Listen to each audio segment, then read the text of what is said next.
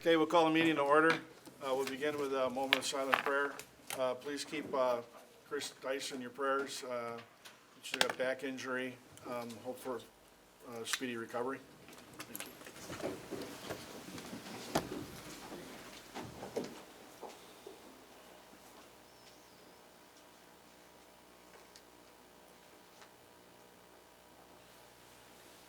Pledge allegiance.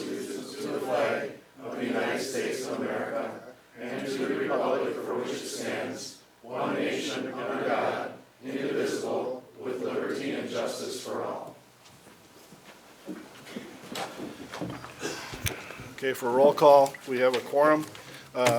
Supervisors McCune, Gonring, Sorcy, and Dice are excused. Begin with the affidavit of posting. This is a meeting of the Washington County Board of Supervisors.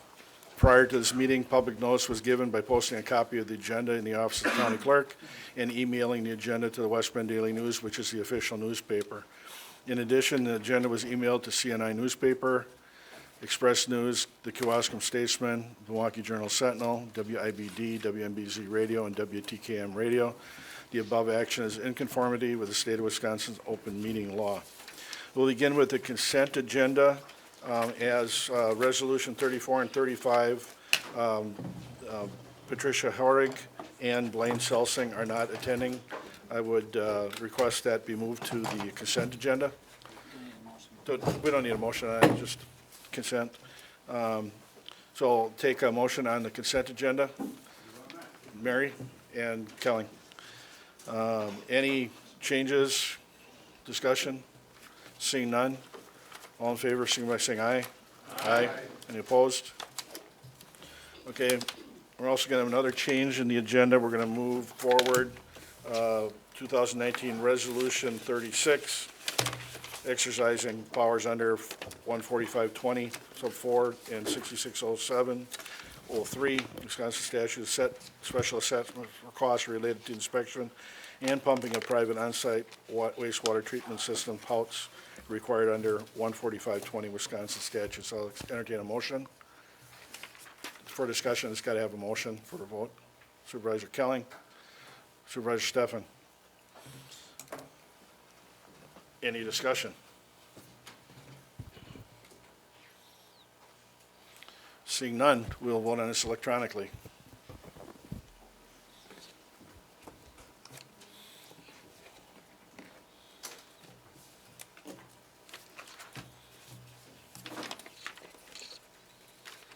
Supervisor Bossert?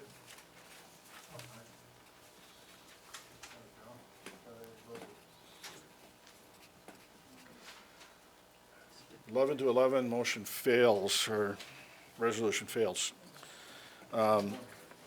As 2019 ordinance 11, maintenance of new and existing private sewage systems, special assessment, that ordinance dies, so we don't need to vote on it. We're going to move right back into personal appearances, letters, and other communications. The WAL Workforce Development Board annual update. Good evening.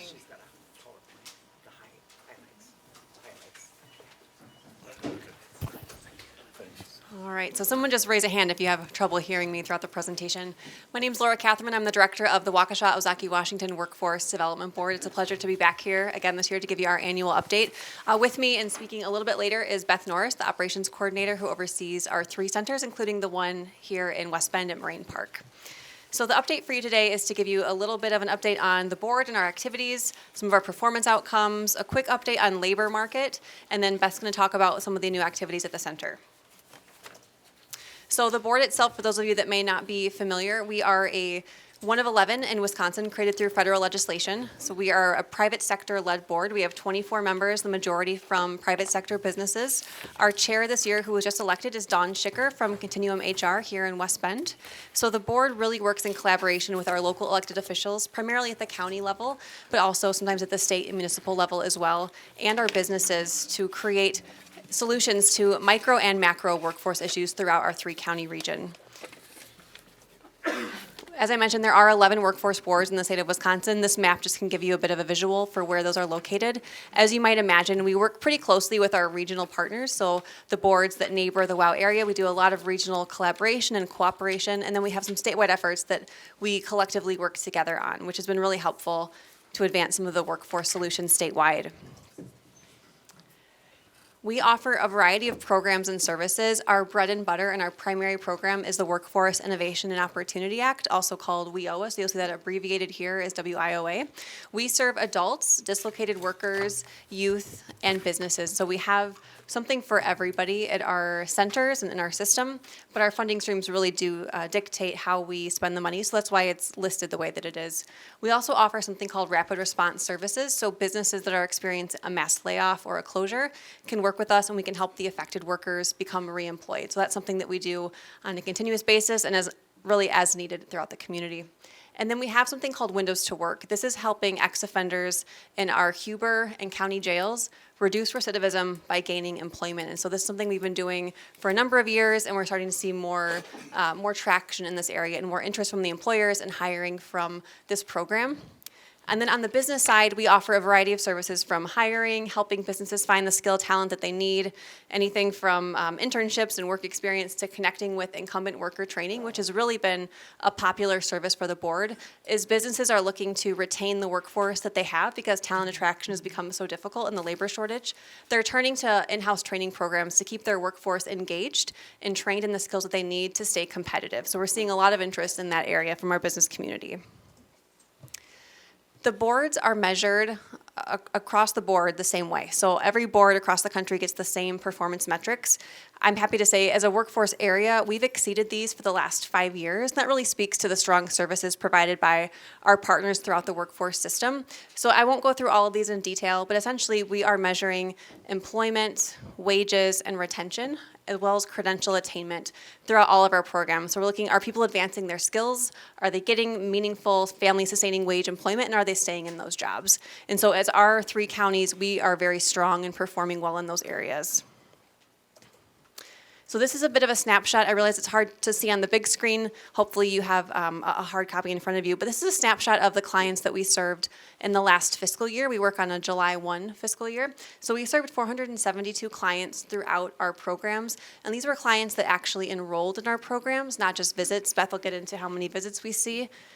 As you can see, there's a pretty even breakdown between males and females. You can see how many were ex-offenders, veterans, or have some form of a disability. The age range, which is a little interesting, the majority are either 16 to 24 or 35 to 54. So we've been doing a lot of recruitment to try to get people that are within the working age, particularly the younger generation that is maybe undecided about where they're going to go after high school and maybe even into college. So our other areas of focus for this year, our board is kicking off strategic planning. We're in an area of a labor shortage, and so as a workforce board, we want to look at our regional economic indicators and look at, as a board, where do we want to be in the next few years and how do we best serve our communities? So we just started this process. We'll be connecting with our local elected officials, including Chairman Creefall and Supervisor Diaz, by the end of the year to get input so we hear from each county on the issues that are most important and we can craft strategies for the next 3 years to address those. Talent attraction and retention is really one of the key things that we hear about, and you probably hear about here in the community as well. Businesses are struggling to find and retain workers, and so a lot of our efforts are really shifting into talent attraction and retention and how can we support those efforts. We also are looking at more regional collaboration. So in a labor shortage, we're trying to be creative. Where can we go to find untapped labor pools? We're looking at some expanded local partnerships. So we have a lot of great nonprofits and community-based organizations in the community. And so how can we work better together to really leverage our resources and serve more customers? And then we're doing more system convening, which is really bringing all of these partners together to talk about workforce services and make sure we're aligned and moving in the same direction. We're reducing silos where there had been silos. So there's a lot of great efforts on that. Beth has been instrumental in those efforts, and she'll talk about that in a little bit. So one thing that we are excited to show tonight, we launched a new website called the Workforce Network. And this was born out of the board identifying all the different agencies that do workforce development across the 3 counties. That could be a chamber of commerce, a library, a nonprofit, a state organization, and wanting to make it easier for the job seeker, the business, the community member to navigate those resources. So we partnered with our 3 counties to launch this website that's really a self-service way for people to find out the benefits that they need. So I'll just click through a really quick example. So if someone were to click on this from a business perspective, and they clicked on the business icon, it would take them to a page where they would see all of the business services available. So in this case, we're going to show an example if someone were to click on hiring or needing on-the-job training assistance. And then they would see all of the organizations within this area tagged by county that offer that service, and then the business could connect with that community-based organization, hopefully shortening the time to get service and becoming more aware of some of the great resources we have in our area. So a little quick snapshot on some labor market information. A lot of this will likely not look new to you, but happy to take questions later if we have them. When the time that this was published here, we only had the July data. We now have August. Washington County sat at 2.9%. That bar, the green to yellow, green is essentially very, very low unemployment, and you can see our whole region here in southeast Wisconsin, and for the most part, the whole state being in that very green shade of very low unemployment. This is something that's not new. We've seen this trend continue, and so we watch this to see if there are any signs of recessions. We hear people asking about that, and economists are often talking about it, but no one's been able to point to any hard indicators there. So we keep an eye on it, but really no big news at this time. And this one is always interesting to me. This is the historical trend of unemployment rates over the last several years. The gray bands that you can see show our previous recessions, and how Washington County is the purple line compared to Wisconsin as a state is the green line. And you can see how high the unemployment rate really got there during 2010 and how far we've come since then and how low it has stayed. This is really an anomaly to a lot of labor market economists that we talk to. And the last thing is just the employment projection. So when we look at what are we expecting this region to experience in the next 10 or so years, this is including Washington, Ozaukee, and Waukesha counties, we're seeing huge projections for new jobs. And the top 4 industries listed here, probably not a big surprise, but healthcare is leading the way with about 9,000 projected openings. We know there'll be more demand for healthcare services in the coming years and more retirements. And so it's a perfect storm for a big projection of a need. And then followed closely behind professional and business services, trade and transportation, and then leisure and hospitality. So we often hear about the service industry, the new restaurants that open, having a hard time finding workers, and so that's really reflected here in the numbers as well. So you can see, for the most part, positive numeric change across the board. And the one area, which is manufacturing, that shows the negative growth, that's typically, when the economists explain it to me, attributed to, that could be due to retirements and positions not being refilled, could be due to technology changes and automation. It doesn't necessarily mean there's going to be a job loss, it just means the type of job might look different in the future.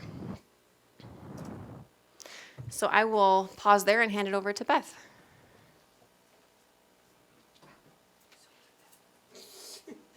Do I just hit this button when it's time, or this bar? This bar. Okay. All right, cool. Hi, everyone. I'm Beth, and I was here a few years ago, and it's nice to be back.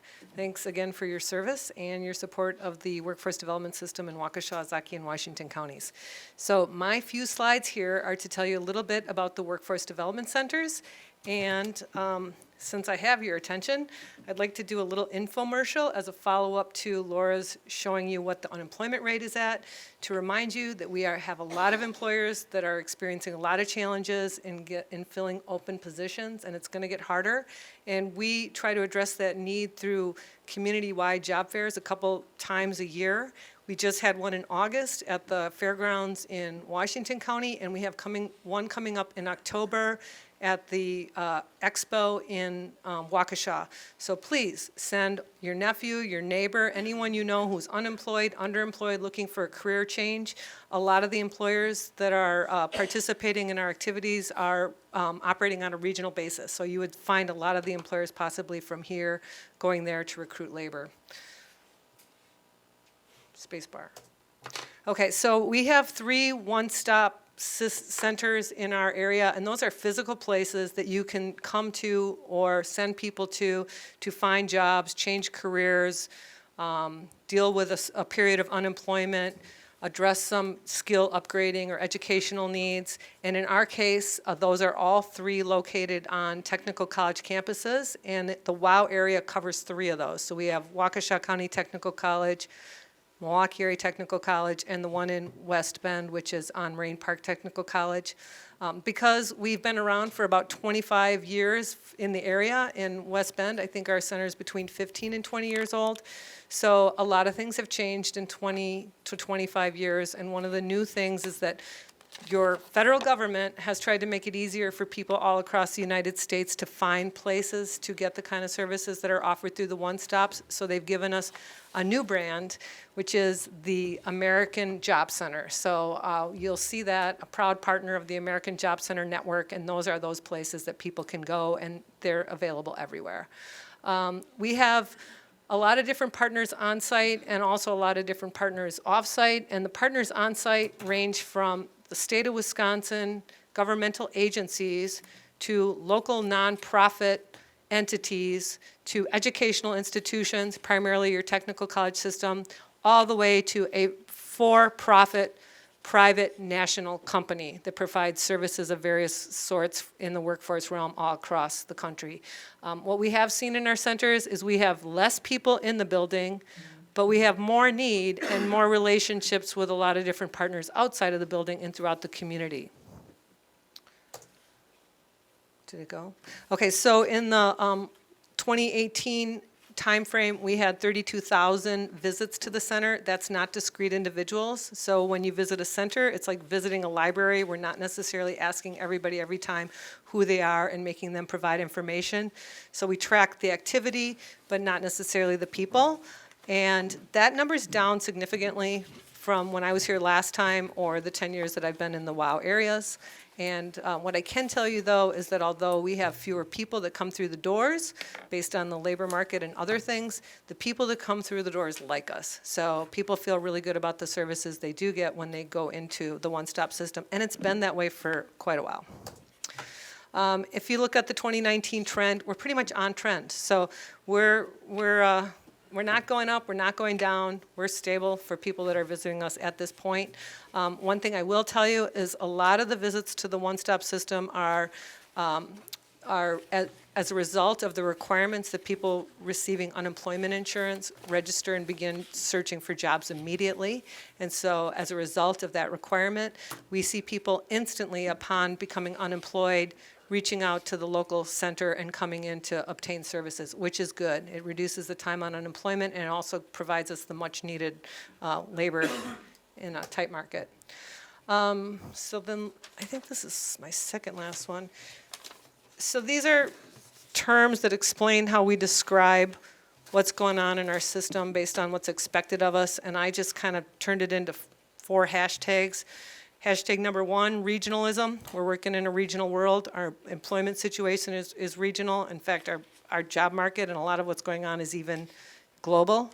Number 2, streamlining.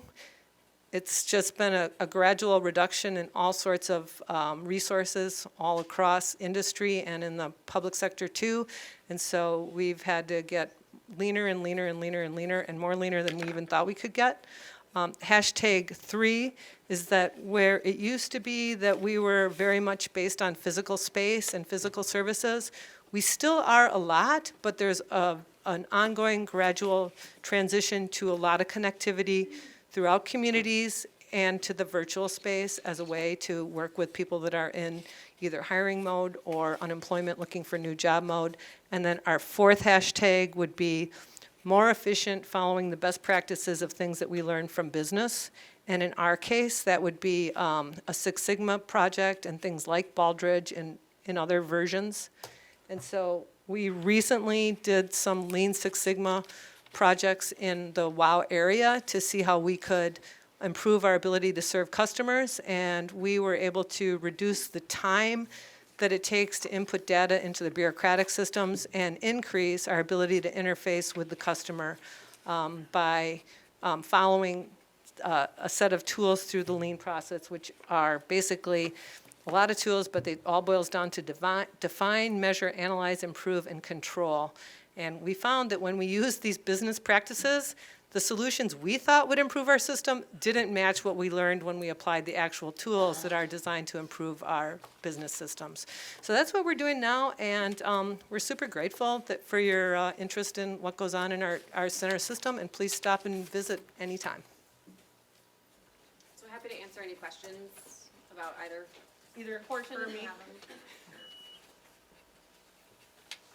Supervisor Galitz. Excuse me. Thank you for that presentation. You know, you talked about some automation, and we're hearing that in many industries. When you're looking at proactively working with your customer base, meaning the local businesses, you know, with the increase in STEM skills that are going to be needed, what is the organization doing to help promote either in the high schools, colleges, actually it's too late in college, but going into grade schools, middle schools, and promoting careers in technical related fields, or at least the more analytical skills that are needed for the future? Sure. So in terms of what we're doing in the center, we do a lot of education about non-traditional careers to women, minorities, youth, and then we also talk a lot about the skilled trades. And so we will bring in guest presenters. We've brought in some experts on automation and AI and what that could look like for future jobs. We've partnered with the technical colleges when they do some of the work in the K-12 system. That's not something that we have the funding and ability to do. So in those cases, we really leverage our community partnerships to get into the school system, because you're right, it's too late if you wait until we get to college. And so we try to educate the best we can through our centers, and we rely on bringing in some private sector expertise to help us educate and promote and do some career specific or sector specific events around raising awareness in those careers and the great wages that those careers can offer. Okay. And I think I you got mentioned, I just got one addendum.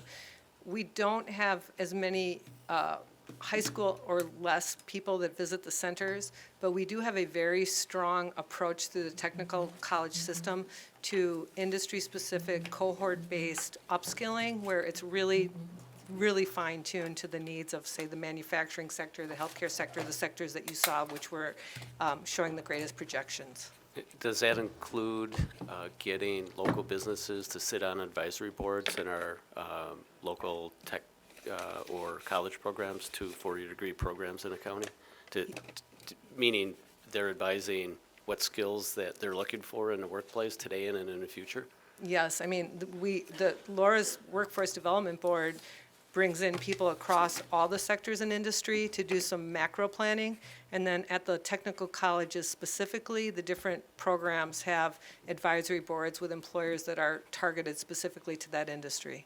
Great, thank you. And I guess one last question is the advisory board working with businesses that tap into underserved labor markets, such as those with autism or other, I guess, disabilities that typically aren't served in the workforce? Yes, and we're seeing a lot more interest in that in the last few years.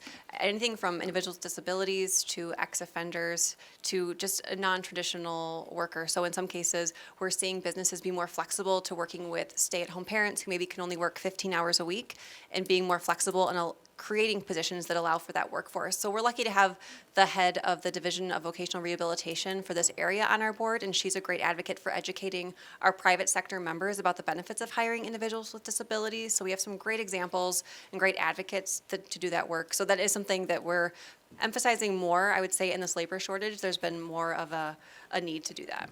Thank you. Thank you. Thanks a lot. Thank you so much. Have a great night.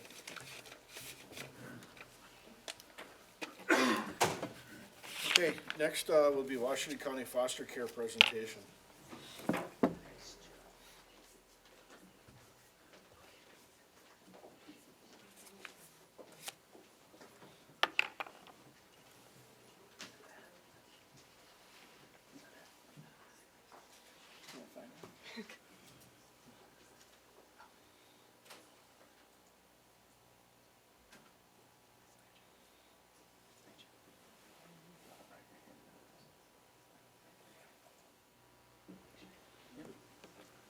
Hello, good evening.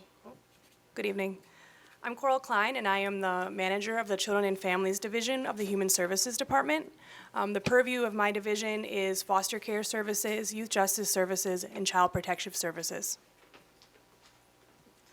Hi, my name is Kayla Trimberger. I am the foster care coordinator with Washington County. So my job is to license all of the foster parents in Washington County as well as relicense them, and do retention efforts and recruitment.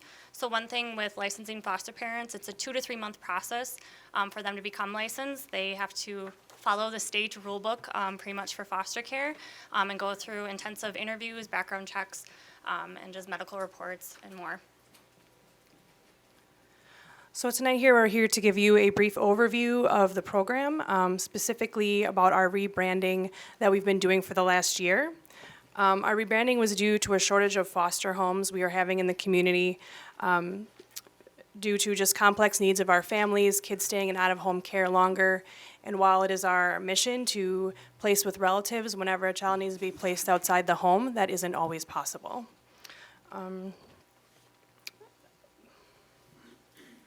The other most important piece of this is we applied and received a grant from the state for foster care recruitment and retention.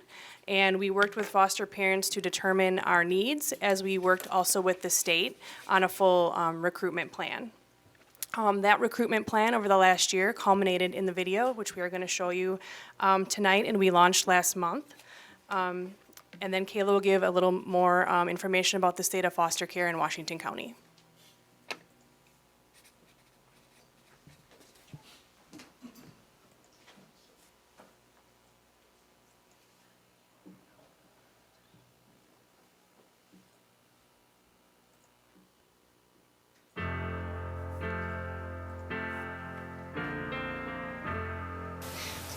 When's mommy coming home?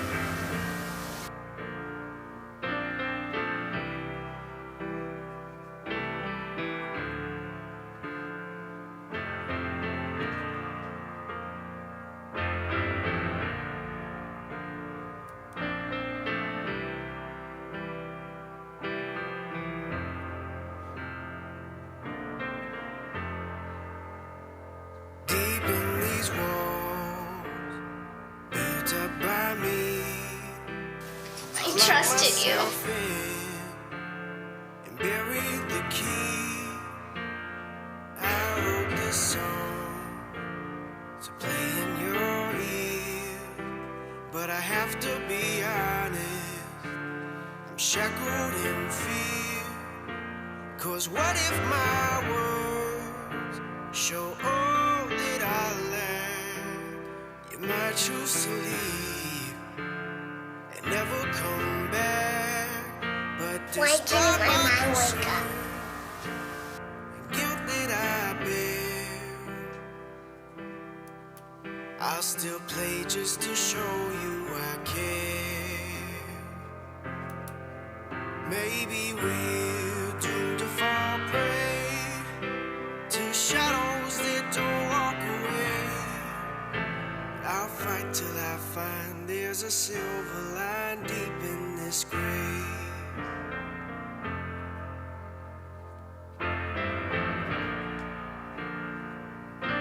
Please don't take my brother away.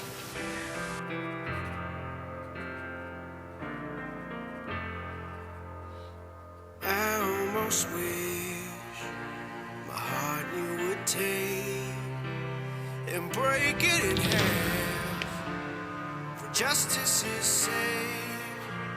Forgive my long pauses and heavy exhale. Your soul's just so lovely that all my words fail. But if silence Why can't I just be a normal kid? or too nonchalant, then I'll say anything that you want. And if there are things in our way, or demons I still need to slay, I'll fight till I finally make silver shine out of this gray.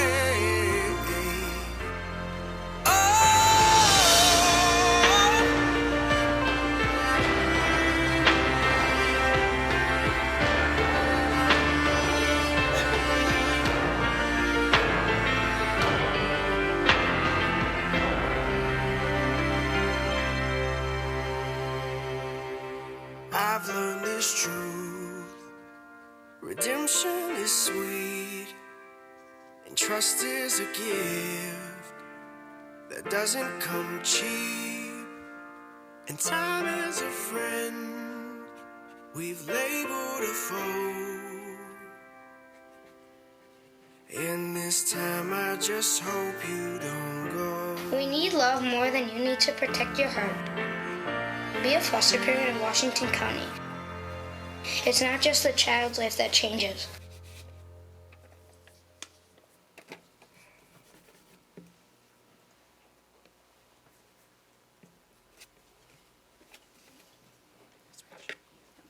So since that video has been released on Facebook, we had over 24,000 views of it and 426 shares.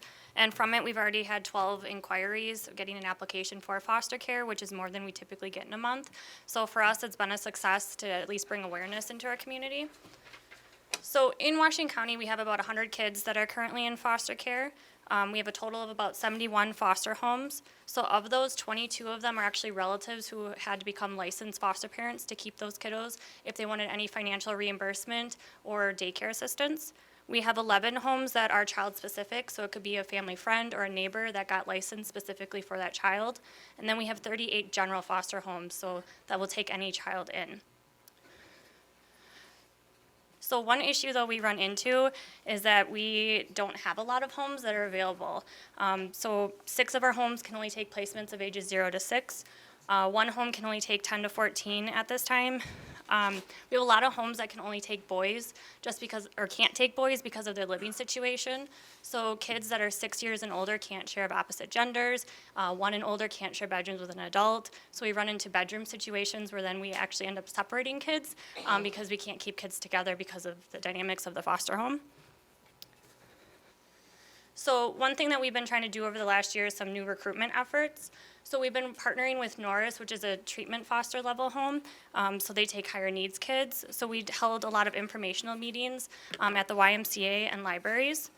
We have also created a traveling recruitment board, which we currently have foster parents that are going around at different events to share. We also attended a Chinooks game with Thrivent Financial, who helped fundraise it, where we were able to get school supplies and bring awareness to foster care.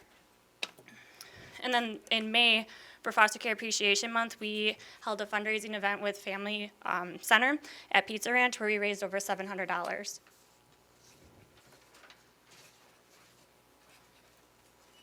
So part of the retention grant that Coral was talking about, we were able to develop a support group, which we have foster parents run every other month. We have a mentoring program where we actually hook up foster parents with senior foster parents to kind of help them as they get a new placement, like, what does this look like? What can I help support you with? We have had craft nights at Family Center, so we just hosted a picnic. We're gonna do a Halloween party and a Christmas party for foster parents with their bio kids and the parents. We did a family fun event. So in May, we did Shalom Wildlife, where we took over 115 foster families and their bio families to it. And then in January, we're actually gonna go to Sunburst for all of the families. And then we also had thank you cards and appreciation cards that kind of help boost up the rapport between our social workers and the foster parents, just saying thank you for everything that you've been doing. We also had the YMCA. We collaborated with them, and we actually have free membership now for the foster kids, that they can get passes to go there. We have quarterly socials, which we also do trainings for. And then you might have heard of the foster care closet. They actually have storage units now where when kids come into care, they're able to supply clothes for those kids.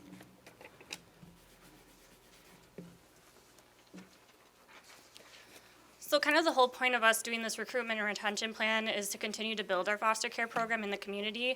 I think a lot of times we hear about Milwaukee having the problem of shortage of foster homes and kids needing to go places, but we also have that problem.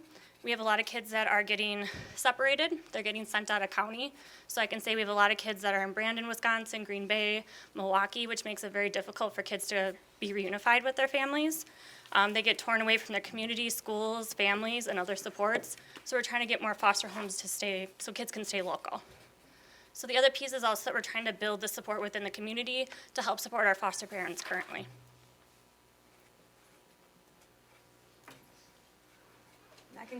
That concludes our presentation. If there's any questions. Supervisor Mahalik. Thank you. Just a question and a couple of points that I would like to do. First, you said you had 36 families. I think it was 36 or 38, I think you said Yep, 36 general families. homes. Right, that can do it. Yet there's not one that will take teenagers. So you have, from 13 to 17, you have 0 families in the entire county? Since this video was made, we have one. Oh, well. We have one. Increased 100%? We have one. Okay. Right. So when a kid comes into care at that age, they end up at our shelter, which was seen in that video. Right. So every Look time. very warm and cozy. Yep. Every time we get the phone call of a teenager, that's where they end up going. Okay. What I'd like to suggest, and kind of put out a challenge, you can see a lot of gray hair in this group, some not, some of us have some hair left. So that means a lot of us are living in homes with empty bedrooms. That's one thing, and I'm not suggesting that everybody take a foster child, because it takes a special skill set and a special need and special circumstances. But all of us knock doors, because every 2 years we go for elections. So each one of us has the opportunity to host you coming to our municipality to speak about it. So I will volunteer for Hartford, and I think there are a couple other county supervisors here that would like to sit down, meet with you, find out the need, and find out more of what it takes to be, because I've talked to some families about something like this, and they have questions. The big worry is, if the kid or the child is a person who's coming from a sexually abusive thing. I mean, that may take more than what a family can, and if you're taking somebody in, are you taking at risk, because this person obviously having some real concerns can end up, making accusations. And strangely enough, this is one of the worries that I've heard come up, because it's like, I'll open my house up, but if they don't like what's going on, they can make an accusation to get out and ruin me. And I'm not saying me, but these are some of the things. The other thing was cost, and that is what the scale is. If you're going to do something like this, the conversations I've had, well, I mean, it's neat, I've got some bedrooms open, but what is the cost? What am I going to bear? Is this something that's actually refunded if you're, driving the kid around, providing meals, things like that? Is that something that I bear, or is that something that the county is looking to do? So I'm just tossing out, because I've had some conversations with folks who have asked me about being a foster parent, and I can't answer these questions yet. But I'll be happy to sit down with you, host a meeting within the city of Hartford for our area, and I would hope that there would be others who would do the same, so we could spark that up. I think, obviously, from a teenage perspective, if you have parents that are on drugs or having a problem with alcohol, and suddenly these kids are in desperate need, I wouldn't want them to have to go to that facility. Obviously, I'd like to see that not only can we keep them in the county, but hopefully keep them in the community, keep them in their high school. And I think I speak for more than just myself, that there are people here who would be willing to help you. So I appreciate the other places you go, but you got 26 people sitting right here that are, I'm sure a majority of whom would take this on to keep kids in their community. Thank you. I appreciate your comments and your invitation. We'd be happy to obviously come to Hartford and talk with you and your municipality and any other supervisor who would have us. We'll talk about it anytime, anywhere. Just let us Thank you. know. Thank you. Supervisor Merton? Did I hear right, the number of non-placed youth was only one? Or was that something else? How many non-placed youth? do Oh, you- the one was the one home for teenagers. There's one placement in Washington County for a teenager. There's one place for a teenager. One foster home for a teenager. Otherwise, they go to our youth treatment center, which is a shelter in town. Or you only have one available now who can take Correct. a youth because they are trained?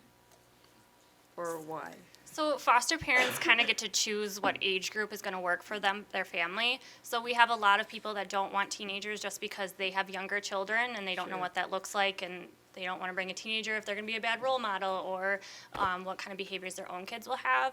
So we have one foster home in our community that changed her mind and wants kind of that higher age group, but she doesn't have any other kids, so that's why it makes it possible for her. But all our other foster parents aren't really open to having a teenager at this point in their life. How many foster homes do we have in the county? So we have a total of 72 foster homes, but only 38 are for the general population. So we have some homes that are relatives that got licensed just specifically for their grandchild, niece, or nephew, or like it was their neighbor or a family friend. So there's only 38 that will take any kid that comes into care. So what are they paid for hosting a child? So foster parents get a reimbursement rate, so it depends on the age of the kid. So it's about $400 minimum that they would get to help take care of the child. It can go up based off of the child's needs Per month? per month. And what is the number of out-of-county placements that you have? I think last time I checked, we were at like 15. So that was 15. So I would say 15 in Child Protective Services, and then Youth Justice probably had like about 10 that were out of the county. So they go to Rawhide. We have a lot of treatment foster homes that are in Brandon, Wisconsin. So we have a lot of sibling groups that we try to keep together that had to go out of county then. So what counties do we work with? We work with all counties. So treatment level foster homes, they can license anywhere. So if we have a kiddo that has higher needs, like we just try to find a home. So typically our agency we work with is Pillar and Vine. So they're kind of out of the Fond du Lac area. But treatment facilities like Rawhide, where are they located? Oh, goodness. They're like, New London area? so I mean, we're looking at a couple hours away that these kids are. I mean, a couple weeks ago, we had to place a kid through Children, so they're located in Grafton. We have some that are in the southern part of Milwaukee, so they're kind of all over. Okay. And did you say how many foster homes we have in the county? So we have 71. They are 71. Okay. Thank you. Supervisor Jenkins.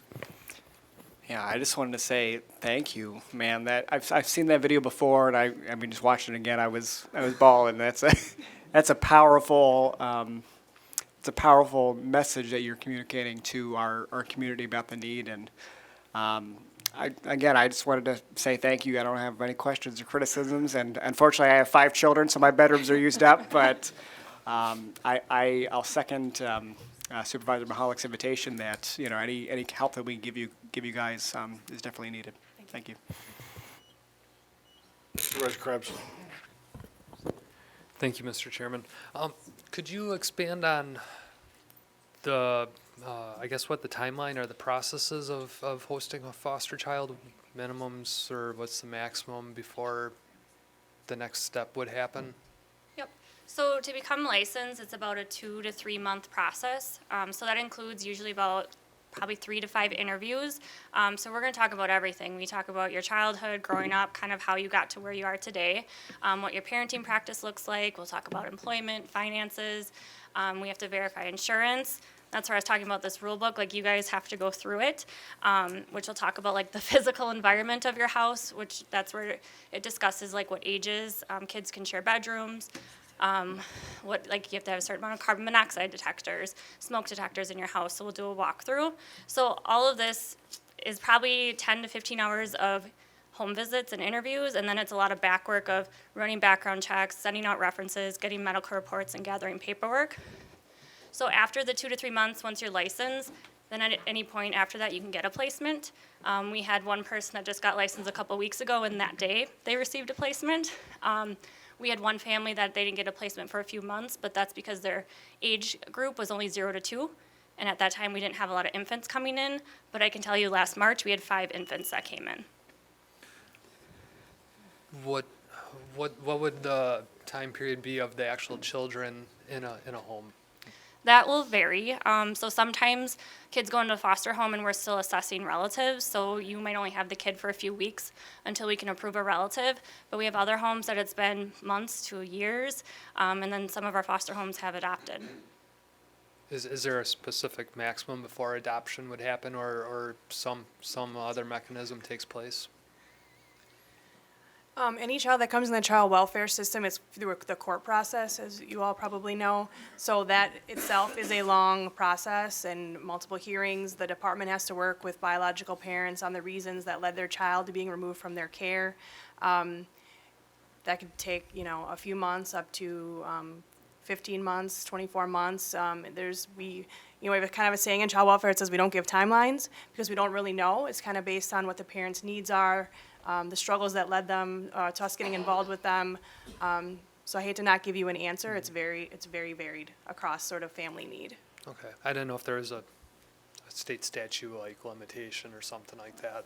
Well, federal law is 15 of 22 months you need to start the termination of parental rights proceedings. But, I mean, that's a really sort of a guideline. We work with families as long as we can to return their children to them. That's our policy. And it can just be a lengthy process. That's all I can say about that. Okay, thank you. Supervisor Bullock. Thank you, Mr. Chairman. What type of support is offered to the parents who decide to become foster parents? Like, is there lifelines that they can call if they're going through challenges or situations? How does that work? So I'm always available, but that's why we started the mentoring program. So during the licensing process, we will have you set up with another foster parent who's been through it. So they're kind of your people. Like if a kid's having an extreme tantrum, you're like, I don't know how to handle this behavior because it's new to me. Those people will have that experience already. If you're having issues setting up the daycare or getting paperwork in the mail that you don't understand what it is, those are the people that you can go to that live it. But then you also have social workers that are assigned to the case that they will have contact with you as well. We also work very closely with our acute care services, which is they run after hours youth justice and child protection support in the county. And one of the supervisors from my division is always on call. So if there was a child had a mental health crisis or something was going on where you needed assistance, you would call them and they would either do a de-escalation over the phone or maybe come out to your home or call one of us to help guide them on sort of what the problem is and what your family need would be. Okay, thank you. Thank you. Moving on to Washington County Compensation Plan presentation.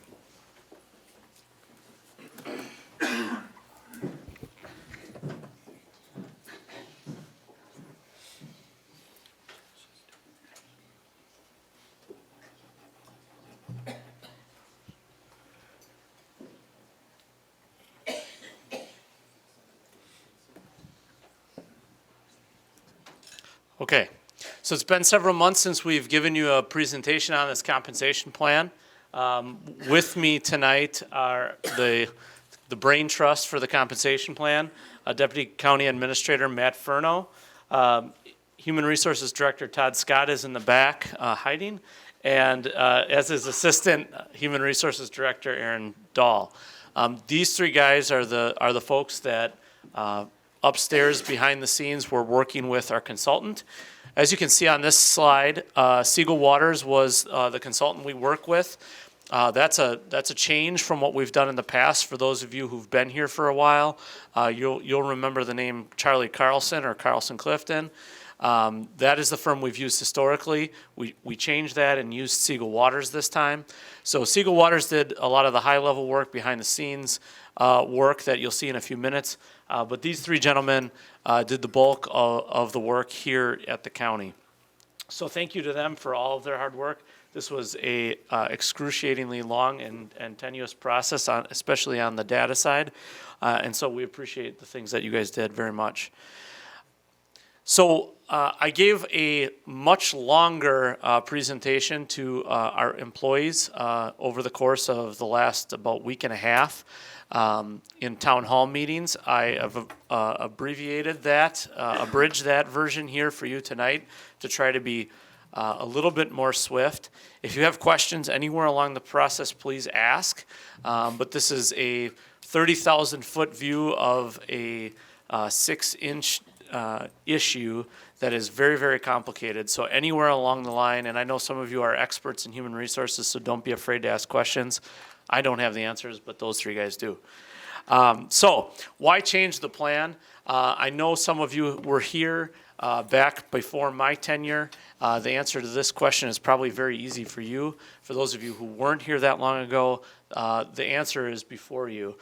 So essentially it's twofold. One, you can see from 2010 to 2014, we essentially made no adjustments to our compensation plan, which boils down to basically no raises for employees for a 5-year stretch of time. Unless there were special circumstances, there were some raises, but generally speaking, the compensation plan was not touched for essentially 5 years. We also used a consultant back in 2012, 2013, 2014 to look at a compensation plan. Now keep in mind, this was on the heels of the Great Recession, right around the time of Act 10. At that time, that county board made the decision to do a compensation plan, but not fund it. And so you got garbage in and garbage out, basically. We had a compensation plan that changed a bunch of numbers up, but essentially did no market analysis or no good market analysis, and resulted in a whole lot of people being ticked off, including county board supervisors at that time. I arrived in 2014. For the last 5 years, we have given cost of living adjustments, even though we were way behind and we knew it in the market. From 2015 to 2019, anywhere from 1% to 2%, as you can see in that graph, we gave for cost of living adjustments. So we were trying to keep up with the bad plan that we had, but at least it was trying to keep up. The strategic priority that you gave us in 2017 to 2019 document laid out that you wanted to see a proposal for a plan and have that set and ready earlier this year. We came to you, you'll remember, the later part of 2018 and talked to you about a concept for a new plan. And yet this dates even farther back. The last strategic priorities that was done right before I came to the county in 2013, you had a similar goal in there to look at the compensation plan after you had just done a compensation plan that didn't work for anybody. So I'm just giving this slide as a refresher. There are 2 books that we predicated the entire compensation plan on. It is totally different than any other county. Certainly in Wisconsin, I would probably venture to say the United States of America. We predicated the plan on 2 things. Start with why, which is where your process for going through the branding exercise and all of those things that you were criticized for became very, very important because it focuses the attention of what the organization exists for. And then, and that book is Start With Why by Simon Sinek. And then the second book was Drive by Daniel Pink. And it's this concept that people are motivated by autonomy, mastery, and purpose. And money is only as important as being competitive in the market. And once you're competitive in the market, these 3 things drive people, not money. And you may remember that from the presentation that I gave. There's all kinds of data that goes behind that and scientific studies pointing to it. But so if you want to read about that, you can. But I just wanted to refresh your memory. That's where we came from. A little bit of refresher here as well. We did a significant amount of employee participation compared to what we are used to doing. So we surveyed all of our employees and we hosted focus groups, which were probably the most effective.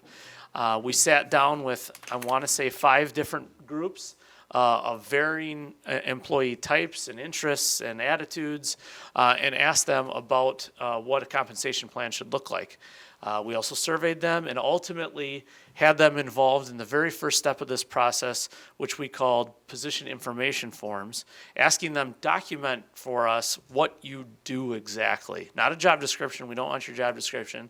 Todd and Aaron can type those up in their sleep. We want you to tell us in your words, what do you do in your job? You can see the response rates to those PIFs were through the roof. If you know anything about surveying, 76% return rate on a survey is ridiculously high. If you get 10%, you're feeling really good about yourself. We were at 76%. On top of that, we had 231 different job types in the current plan that we live under today. 229 of those job types had a survey response with one of these PIFs. So 99% of employee types responded in some way, shape, or form. What am I trying to tell you? There's a whole lot of highway laborers. At least one of them sent a response back, okay?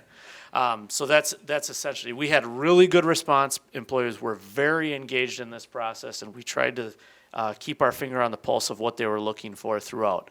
As you know, hiring people in today's day and age, and you just heard the WOW presentation a few minutes ago, the Workforce Development Board, it is a very difficult thing to find new people. The best thing you can do is try to keep the good people you have, and that's what this is all about.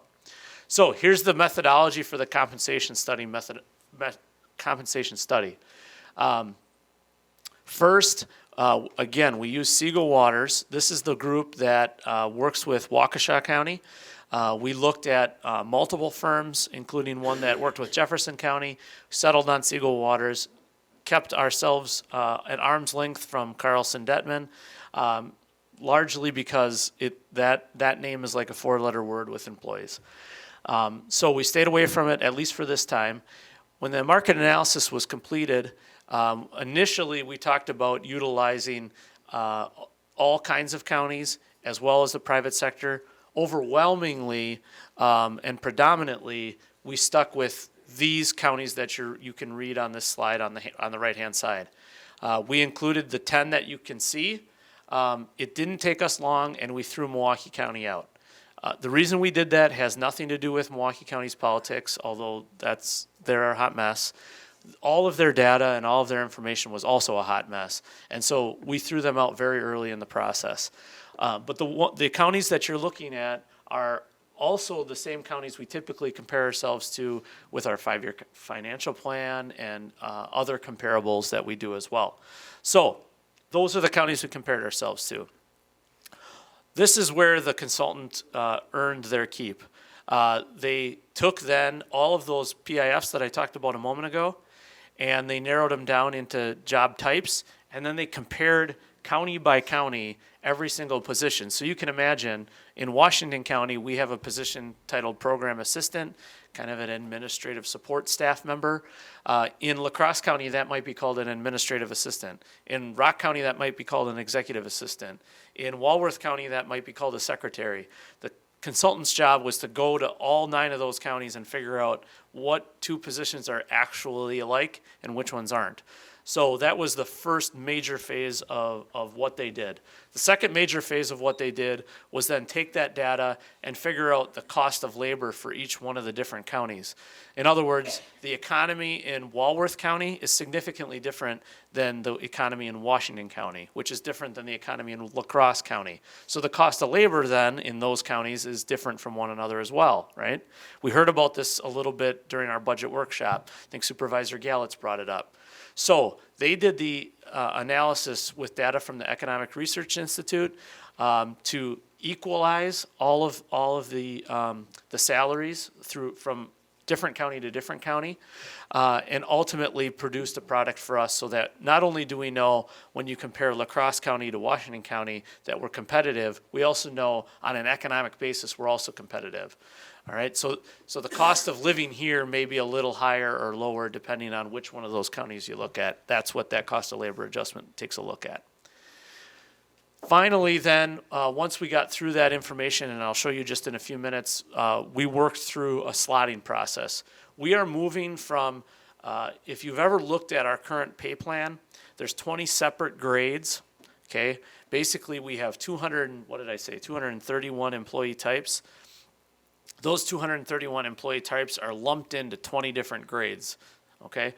Those 20 different grades then have 11 steps in each grade. So you start at step 1 in theory, and you work your way through each step every year. As long as you live and breathe and have a 3 on your evaluation form, you're gonna go to the next step. If you have a 5 and you're the greatest employee in the county, you're still going to move 1 step. It doesn't really matter what you do, you're going to move 1 step. That's our current system.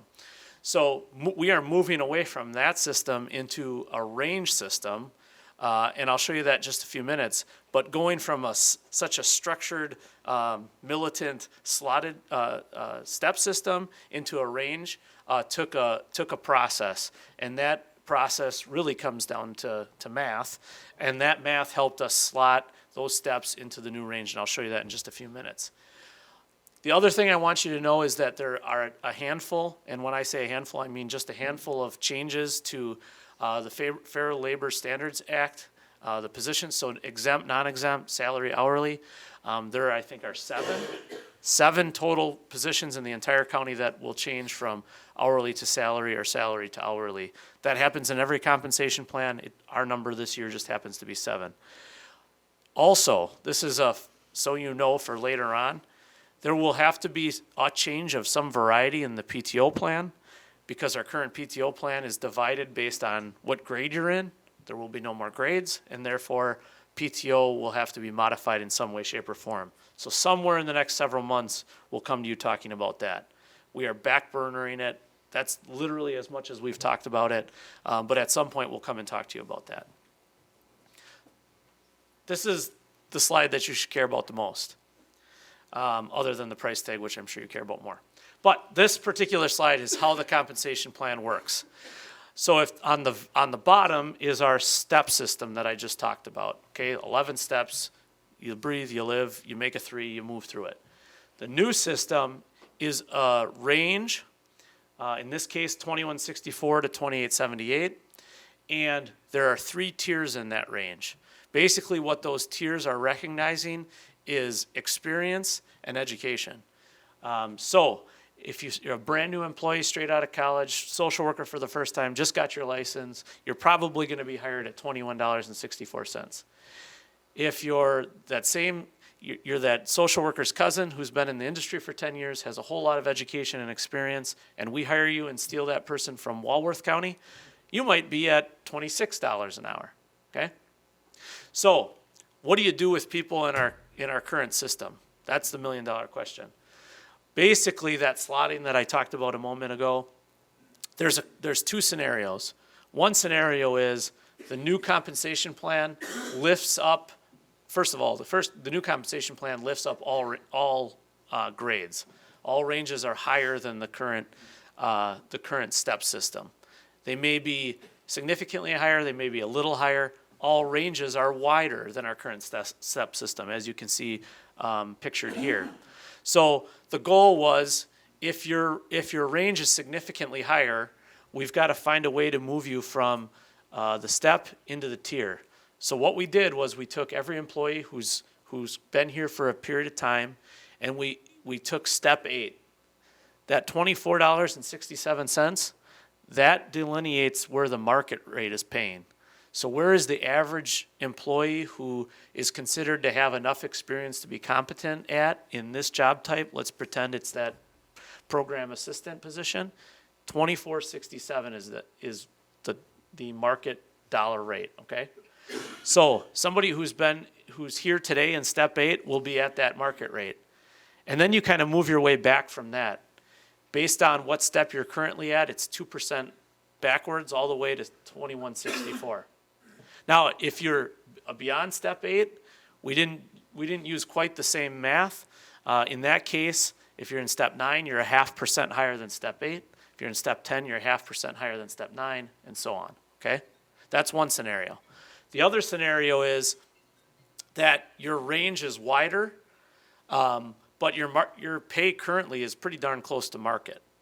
In that scenario, it's possible that employees are placed anywhere from that $21.64, and in some cases, all the way up to like the middle of tier 3. I'll just say $27 an hour. In most cases, employees find themselves somewhere in tier 1 or tier 2. But on occasion, they're in tier 3. So what's going to happen with this plan is, I'm going to use that college student that just graduated.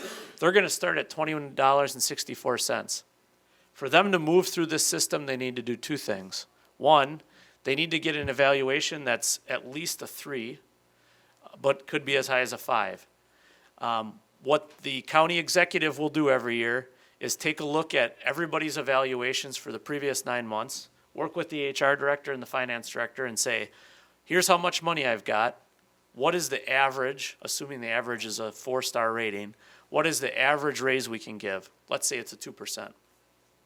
A 4-star rating will get a 2%.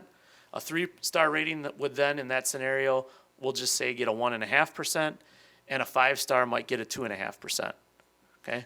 If you're in the private sector, we're not knocking your socks off, right? A 0.5% difference isn't a big deal. In government, this is like blows people's minds. No, we've never had a system before where you may get paid different based on if you're great or not great, okay? So this is like revolutionary. Okay, so what happens in that scenario? Basically, if that college graduate is really, really good, we can move them through this tier system in as quick as 3 years. And theoretically, we can do it even faster if we've got just a rock star, okay? There's complete flexibility built into the system. It all is dependent on the individual. Employees are no longer treated as a group or a tribe, they're treated as a person. If they want to move through that system, they can move as fast as their performance allows. When they get to the end of that tier 1, there's going to be a list of things that they need to do in terms of like education and certifications that we're working on today in order to get into tier 2. Why is that? Tier 1, $24.67 is the market. You're getting paid a market rate. Unless you go above and beyond, you're not going to go into tier 2. Okay? So there's a component of pay for performance, but there's also a component of autonomy, mastery, and purpose. We want you to move through, but it's not a giveaway. It's not a freebie. You got to make yourself better, and this is how it'll work. Same thing will happen moving from tier 2 to tier 3. Okay? Tier 1, it could take you anywhere from 3 to 6 years to move through that tier. Okay? So if we got a great employee, 3 years' time, they could be at market rate. Tier 2 should take you 2 to 3 years max to get through that tier. Tier 3, same thing, 2 to 3 years. Now, currently, if you get to the end of the range, if you're at that step 11, you're stuck. You don't get a raise unless you saw that graph earlier. The county board decides you're going to get a cost of living. If you don't get a cost of living, think 2011, you don't get anything. Okay? So in this scenario, you're eligible for the cost of living if the county board decides to do it. So there's decision point number 1, county board. You get to decide on cost of living. Number 2, if they are assuming they're getting, let's say, a 4-star in that same scenario I gave you, that's a 2%. If they're getting a 4-star, we'll give them a 2%, but it'll be one time, just for that year, and then it goes away. So we're not raising that salary up. We're just giving it to them one time, and then next year it's gone. And if your performance is up, you are eligible for another, maybe a 2%. Depends on what your evaluation is. Does that make sense? Okay. So, there's a question. Please, go back. George Jenkins. Am I Yeah, going if you- back? If you want to go back to that, yeah. So to make sure I understand the current formula, so in this scenario, let's say the person started at 2164. Yes. From step 1 to step 2, you're literally if they got a 3 or higher. Oh, wait, Yep. before you go any further. Yep. Those are 2 separate things. I know. Oh, okay. I'm just using that number as an example. Oh, got it. So you would take 2% of that 2164 and add that to make Yes. their salary. Yes. So if that's the case, and my math could be wrong, by step 6 or 7, that person earning 2164 would get to that tier 3 number.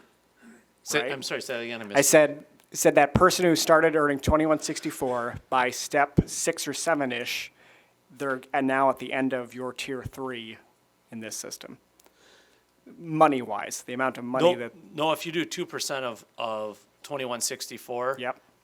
4 times over, then they'll be at the end of tier 1.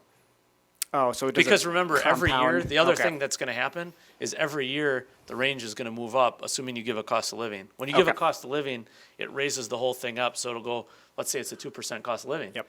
You add 2% to the 2164, to the 2467, to the 2468, all the way through. Yep. And then it's a matter of moving across that. So it's up and over. Does that I make gotcha. sense? So, yeah, it was my math, so that's why I wanted to ask. Yes, good question. Thanks. Good, thank you for asking it. So here's how your compensation, Supervisor Bosser. oh, I'm sorry, go ahead. Okay, so I'm looking, if we can go Look what back you to that slide.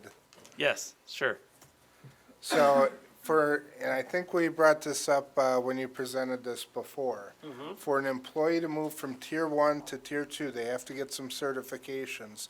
Do they also have to be at a performance level that's above average, like maybe a 4? No, so they have to be getting a satisfactory evaluation, a meet expectations or above, and they have to have education requirements, whatever the supervisor and the department head have determined those to be. So it's both things. It's not exceeding expectations necessarily, a 4 or a 5. It's meeting expectations and the education requirement. And the same for moving from tier 2 to tier 3? Correct. So if I'm just doing an average job and I go and get all these certifications and I don't necessarily apply them and improve my performance, I'll still move into the next tier. If you don't apply, if your performance doesn't improve, it implies it declines, and if it declines below a 3, you're not moving. Then you're not qualifying for cost of living, and you're not qualifying for There's a step. difference between not increasing and declining. Not increasing means staying the same. So if I continue to just perform at an average level, but I go out and get all these certifications, I move into tier 2 and Yes. then I move into tier 3. Yes. I mean, in the theory that somebody could perfectly get a 3, yes. Yeah, I'm thinking there should be a requirement at least to move into tier 3, maybe even to move into tier 2, that they be demonstrating superior performance and not just average performance. Now, that's one view of 26, other people may disagree with me, but that's what I'm thinking we may want to look at adjusting a little bit. Supervisor Bullock. Thank you, Mr. Chairman. I think you kind of answered my question. I was wondering, how do the numbers increase over time? And that was defined by the cost of living increase. That would shift the dollar amounts So up. the cost of living shifts the whole entire plan up. So in like the 20 grades today, when you set a cost of living, the whole entire plan gets lifted up in dollars. When that happens, so that's kind of an automatic if you're a performing employee. And then moving sideways is really your professional development. You gotta be doing the job we're asking you to do and trying to get education requirements achieved. Got it, thank you. Yep. Supervisor Schleif. Thank you, Mr. Chairman.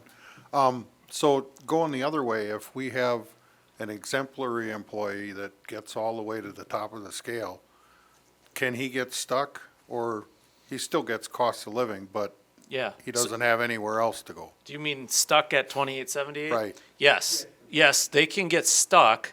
However, our proposal is when they're there, if they're still getting 4 and 5 star ratings, we're going to continue to give a raise that doesn't go into your salary. It's just a one-time payment, and then it'll go off every year. So we'll try to keep you up with COLA plus that. Here's the other thing with this plan. So the education requirements really continue throughout the plan. When you get into tier 3, at the beginning of tier 3, we're gonna start a discussion with every employee that says, all right, you got 2 or 3 more years left in this tier, assuming you're gonna keep moving through. When you get to the end, you're gonna be there. That's it. So if you wanna improve yourself, here are 2 or 3 jobs in the county you can start thinking about moving into. And to be honest with you, it might mean you gotta go get an associate's degree or a bachelor's degree or a master's degree, but we're gonna help you. My goal long-term is that we create a tuition reimbursement fund or a tuition payment fund, whatever. We'll see what it looks like in the long run, but where we can help people go and get a degree. Right now, we have that kind of. It's $250 per semester. Anybody who's paying for a kid in college or paid for their own college recently, $250 is a complete joke. So we want to be able to point employees to continual improvement even beyond that tier. Thank you. Supervisor Krebs. Thank you, Mr. Chairman. 2 questions. First, I should, clarified this in the beginning. This is for non-represented employees only, correct? Correct. And the only represented employees left in the county are sheriff deputies. Okay. Second question, is there, and this is specific towards like the COLA increase that we refer to from time to time, is assuming there will be another recession at a future point, is there adjustments or rooms in the plan for a negative COLA? No. So there's 0 is the floor. 0 is the floor. So that's not, compensation plans don't work that way. Basically, you either freeze or you do a layoff system. You never, A layoff is due to lack of work, not negative. not necessarily. Not necessarily. It can be due to a lack of work. And here's the contributing factor to make that even more difficult. When you hit a recession and the construction industry and the real estate industry are going down, what is happening in the government sector? Our workload is going up. So you don't lower the whole plan, you find other ways to cut around it, is what happens. And what I would expect to happen practically in a recession, first of all, I will have a 5-year financial plan that I'll be coming out with soon with the help of the budget team that hopefully it starts to address some of these concerns. But I think we will have a plan in place where the county board will actually have 2 levers. Right now, you basically only have cost of living. So today, with the step system that you look at on this slide, essentially, that happens regardless of what you do. It would be unprecedented for the county board to say, there are no more steps this year. That does not happen. We'd lose people in droves. So the cost of living is one lever you'll have. Now, how much you're going to give for people to move through the ranges is another lever. In a good economy, maybe that 4-star rating is a 3%. In a bad economy, maybe it's a 1%. It just depends on what's happening. For this plan, for the first time, gives you the ability to make those decisions. Okay, thank you. Supervisor Galitz. Thank you. Maybe I just didn't understand a piece. So do managers have a discretion for a merit increase or increase their salary? That's kind of a trick question, and the reason it's a trick question is our initial intent was yes. We realized relatively early on that this is such a radical change. If I get this wrong, just jump in. We realized early on that this is such a radical change that to arm managers and department heads to make those decisions today would probably doom the plan, quite frankly. So instead of that, what we decided, let me back up. The current pay plan we have, when it was implemented, put everybody's evaluation on March 1st, and then that's what predicated you moving through the steps. Now, with this plan, we're accumulating everybody's evaluations from January 1st until probably around this time next year. And then the county executive will have the ability to look at what's about the average. So department heads and managers will do it in theory. They just won't realize how much of a difference on each side. Okay? And the biggest reason for that is we got lots of pushback and questions about, well, how do I know when I've run out of money? And how do I budget for that? And what happens if I treat this person this way and this person that way? Our initial reaction was, that's tough. That's going to happen. The farther we got on, our thought process was, you know what? We'll take it out of their hands. Just to do a good job evaluating people. We'll budget accordingly. It's not like the private sector where you could have a 5-star person getting a 10% raise and a 3% person getting a 1% raise. We're talking 0.5% probably on each side, maybe 1 if it starts raining manna. But I think in the end, it's going to move us more towards that, and we probably are the only county in Wisconsin even remotely close to something like that. Right, you could take an iterative approach, and as managers get more comfortable with the true pay for performance, with evaluations and knowing what their pool is and how to use the pool, that makes sense. And employees as well. Right. The other question I had is, when does the range change?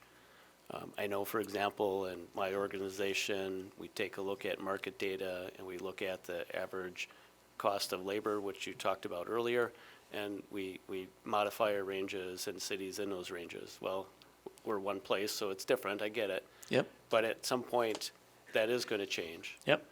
And then do we just incrementally change those by some percent? Is that the plan? Yeah, so there's 2 things. One, this is the point of the COLA, keep it moving up. The other thing is, so the handy part about having this data and having these 3 guys working on it, specifically Aaron Dahl, who If you ever need spreadsheet work, I'm sure he contracts at a really cheap rate, like $100 an hour tops. They are able now with these 9 counties to pull that data at any time and then apply it in our database and then manipulate that data with the cost of labor to determine where are we at. So I'll give you an example. A year or two ago, we figured out that our corrections officers' hourly rates were off by like $3 an hour. So we had to go through this whole process and figure out what we were going to do. Then we ended up splitting corrections officer 1, corrections officer 2. It was a huge production, and it took us, I think, 3 years ultimately to get it fully funded. With this new system and the way we have it established, and Aaron Dahl, as long as he stays here, we got to pay that guy well for a long, long time. As long as we have those pieces in place, we can get that data in real time and in a month be back to you and say, here's what's happening in the other counties, here's what's happened when you apply a cost of labor adjustment, and here's where we get the funding from. And this body can be making a decision, I mean, ridiculously fast would be like 6 days, but practically speaking in 6 weeks. Great. So how does that, the 9 counties, how does that align with Bureau of Labor Statistics and of their average cost of labor in, Washington County or Wisconsin? Because there's more than just county work, right? And people that are an accountant in the county could get a job in the public sector. Yeah. Or, I'm sorry, the private sector. Did some employees call you ahead of time or something? Holy cow. No, this is, No. you asked, I do this No, stuff I at know, work. I know, I understand. So I got these questions at town hall meetings. Here's the rub. The reason at the end of the day that we almost exclusively went with counties is simple. In the long and short of it, if you want to go and make money, go to the private sector. I can't compete. Bottom line, you look at just about any job type. I don't care if it's a highway laborer, an accountant, an IT person. If you want to go make money, there's lots of places you can go make money. If you want to be dedicated to a specific mission and you want to have some flexibility in your work and a very generous PTO plan and blah, blah, blah, blah, blah, then stay here. And we'll pay you competitively with the other counties. Oh, and by the way, a great pension system. So we made that decision really, really early in the process. There are a couple of exceptions to the rule, but overwhelmingly, and I literally told employees in town hall meetings, and unfortunately Supervisor Dice isn't here because she was at one, I literally said, if it comes down to you're a highway laborer and you could make so much more money in Michaels, God bless you, go make it. And when the recession hits, call us back and we'll bring you back. Right. You got total compensation issues, and then you have, some level of security. So Right. Understood, thank you. Yep. And as we transition to the next person, this is predicated on if you're a county employee, we create an environment for residents and businesses to create authentic quality of life. Either you believe in that or you don't. And if you don't, leave. And if you do, please stay for a long time. Supervisor Carr. Thank you, Mr. Chairman. Couple of questions. Number one, to what extent are we training supervisors to be objective in their analysis of the individual employees so that across the departments, the various ratings are consistent? Because, of course, this whole system's dependent upon rational analysis by the individuals that are doing the reporting. Yes. And the analysis. So I'll ask that question first. I got a couple of other ones. Great question. I'm not laughing at your question. I'm laughing because I've been talking about this for the last week or two. And I talked about it ad nauseum in town hall meetings. So that is an extremely important component. Number one, training supervisors. This is the exact reason why you will remember we put a new evaluation system in 6 months ago and not waiting to do it simultaneously with this plan. So we are getting people used to how an evaluation system works. Our previous evaluation system was a train wreck, okay? So basically what you did was a manager sat down and just scripted out, here's what I think you're doing, sat down with the employee and said, here's your scores, here's what I think, sign it off. If you don't like it, just say you don't like it, sign off, and you're done. Okay, now we have a system where I'm evaluating Brad. Brad has to go in before I do, fill out the evaluation, say this is where I'm strong, this is where I'm weak, this is what I think. Then I get it, I fill the same thing out, it kicks it back to Brad, says it's done, we're ready to meet. We get together and we sit down and talk about where we see eye to eye, where we don't. When we're done, you can make changes right then and there if you so choose, and then submit it. So that's number one. That's, again, this is a humongous shift in mindset for this county and supervisors, employment supervisors. Then the other component that we've been talking about with the HR Brain Trust is how do you train supervisors to be as objective as possible? There's no such thing as an objective evaluation. They're all subjective. Human beings are doing the evaluations. So when I gave town hall meeting discussions, I literally said those words out loud. There is no perfect system. You're not always going to be happy. Somebody somewhere along the line is going to get screwed in this deal, but we need to know about it, meaning HR and administration. So it'll be a flawed system because we have human beings running it, but our hope is to have supervisors trained well enough by about the middle part of next year where we're getting better. The other thing I did communicate to employees is this is a learning process for everybody, so you're going to have to be patient. Keep in mind, yes, 0.5% is real dollars that put bread on the table, but at the end of the day, we're not shattering world records here. Let's all try to just work together. So it's a process, it's going to take time, and I 100% agree that that's a major concern. All right, thank you. My second question is, the comments I believe that you made earlier had to do with an average employee, someone who gets a 3, let's say, a 3 rating, can advance by getting more education or something like that. Well, it seems to me that there's a number of employees that we have, as a matter of fact, quite a few, and one of them you referenced earlier was highway laborers. What opportunity does somebody like that have to go out and get some kind of advanced training? I mean, it seems to me that's all on-the-job training, and that they're kind of stuck. They can't really progress in this system if you don't have some opportunity for them to get some sort of advanced training. So I was looking for Highway Commissioner Scott Schmidt, who would vehemently disagree. There's lots of opportunities for training for highway laborers. It's one of the most dangerous jobs that we have, and there's lots of opportunities. They're not classroom degree type opportunities, but there are certification types of opportunities. There's also safety type things that they have lots and lots of opportunities. So, excuse me. The way that I explain the tiers, transitions of tier to tier to the Human Resources Brain Trust is these are hurdles for people to continue moving through the system. We're not building walls.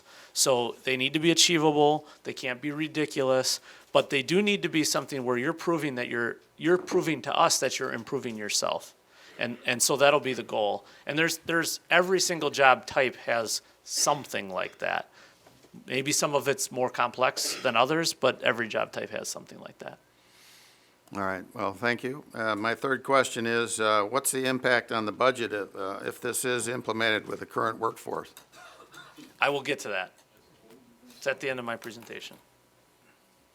Any other questions about range, steps, grades? No such thing as steps and grades anymore. Okay, this is a giant change, so if something pops up, let me know. Okay, so here's the results of the study.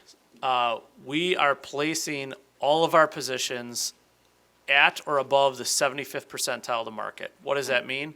It means, including us, there are 10 counties that we're comparing. We're the 10th county in that comparable. In every scenario, Washington County will be at least 3rd or 4th, 75th percentile, okay? At least. In some cases, Washington County is 2nd or 1st.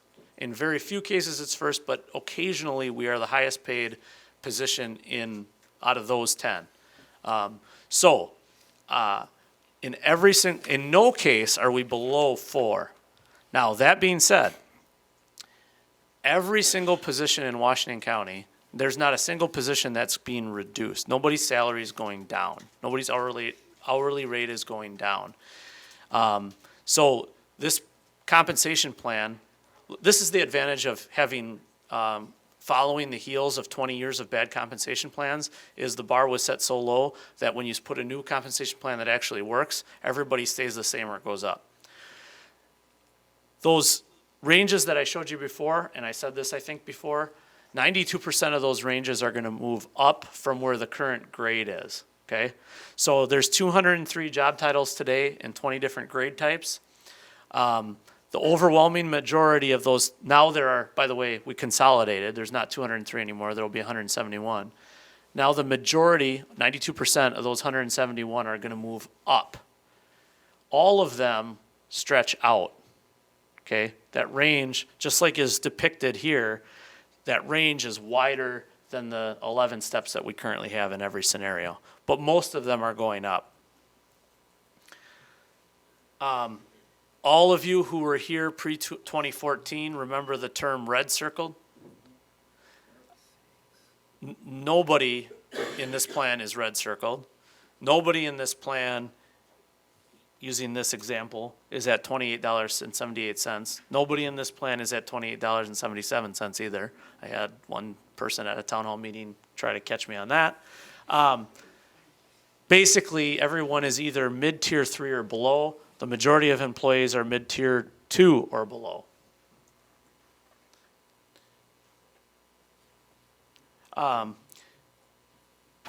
Supervisor Krebs, did you want to speak to something right away, or you want to wait till the end? Well, you will, but it doesn't mean you can't ask it. Okay. The slide before, you said there were 203 titles? Yes. In the beginning, I thought you said there was 232 different job titles, or is that something else I was? 231 jobs. You gotta come up here. Aaron, you gotta come up here.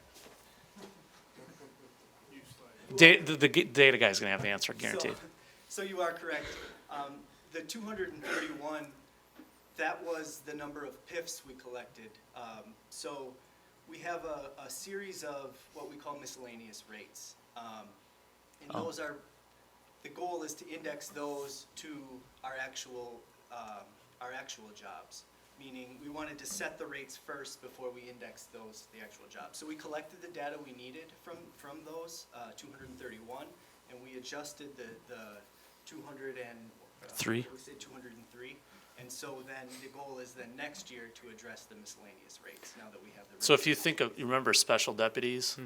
Special deputies are a miscellaneous rate. So miscellaneous rates consists of, was it 28 or what? Yes, 28 some different job exactly. titles, positions of sorts. That's correct. Okay, thank you. And miscellaneous rates in 2020 will not see a change to their rate, their hourly rate. January of 2021, we'll index them to whatever cost of living everyone else gets, they will also get. So we've run into several times, you may remember this, trying to change miscellaneous rates like in the middle of the year for some reason. Special deputies were the example off the top of my head. All of a sudden we start jumping them like $1 an hour to catch them up. In order to stop that from happening, they'll follow the cost of living adjustment for whatever your pay plan does, beginning in 2021. Okay, so under this plan, the majority of employees, almost 61%, receive a raise. That means that they get a base salary adjustment just by going out of the grade system and into the range system. What is that telling you? It's telling you that your compensation plan was awful and that 60% of employees are going to go up because we're implementing a plan that only puts us in the top 3 or 4, okay? So 61% of employees are going to see that. If you remember back to 2014, and I'm just going to go back to this slide for those of you who weren't here in 2014, we started the compensation plan, as my memory serves, hearing it from employees when I started in like late 2012-ish. We went through the plan in 2013. It was implemented in March of 2014. There was about a 24-month window where employees literally got no pay increase, okay? So, to avoid that, what we are doing this time is if you are not in that 61%, 60.6%, those employees will get a 2% increase, but it will not go onto their base salary. Okay, so it's similar to that person at the end of the range that I described before. They'll get their salary just as it is today, plus they're going to get a 2%, and the goal is to keep them here and happy through the next year. And then when that drops off, my goal will be to give a 2% cost of living in 2021 so that it pops right back on and now it's onto their salary. And then whatever their evaluation is moves them through the range, okay? So that almost 40% of employees will get something, but it'll drop off at the end of 2020. Does everybody, any questions about how that works? I know it's complicated and different than we've ever done things before. Supervisor Bosser. I think to clear that up, it might be good not to call that a raise, but a 12-month salary stipend. Too late. Well, I'm just saying, I think that clears it up, so. 'cause when Stipend you is a say much better raise- word than what we were using before, I will tell you that. Nobody knows what a non-lift is. That's what we were calling it for a while. I'm not making fun of anybody in particular, Matt. Yeah, stipend is a good word. We'll use stipend from now on. Write that down. Supervisor Bullock. So with what you've talked about so far, does this include department heads? It does include department heads, yes. Department heads are included in this plan. Okay. Constitutional officers and now county executive are not included in this plan. So the ultimate answer to the question, now keep in mind, I'm sure you've all heard the term lies, damn lies, and statistics somewhere along the line in your life. This is a little bit of lies, damn lies, and statistics, but this is mean averages. The mean average annual pay increase is almost $3,000, okay? The average annual pay increase is almost 6% in this plan. Again, telling you your compensation plan was way the hell off, and it's taking money to get it to where it ought to be. Now, the median average, meaning the one that happens most frequently, for those of you who haven't done sixth grade math recently, the 2% stipend is the one that's happening most often. So the median average is that 2% stipend, but the annual average is that 5.6%, okay? Okay, so what does this all mean? Position matches have been quality controlled twice.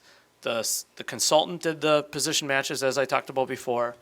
Then this group of men, the brain trust that I referred to before, did their own quality control process, making sure that those matches were correct. Then when they were done, department heads did their own and in some cases relied upon supervisors to help them. All of that is just about complete, or is it complete? It's complete. During town halls, it wasn't complete. Town hall meetings have been completed, so everybody has had an opportunity, one of six town hall meetings, to hear directly from me on this subject.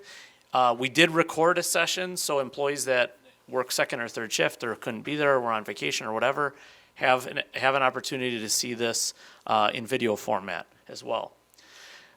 After today's meeting, Aaron's going to stay up till 3 in the morning and finish an individualized letter, not 3 in the morning, 1:30 in the morning.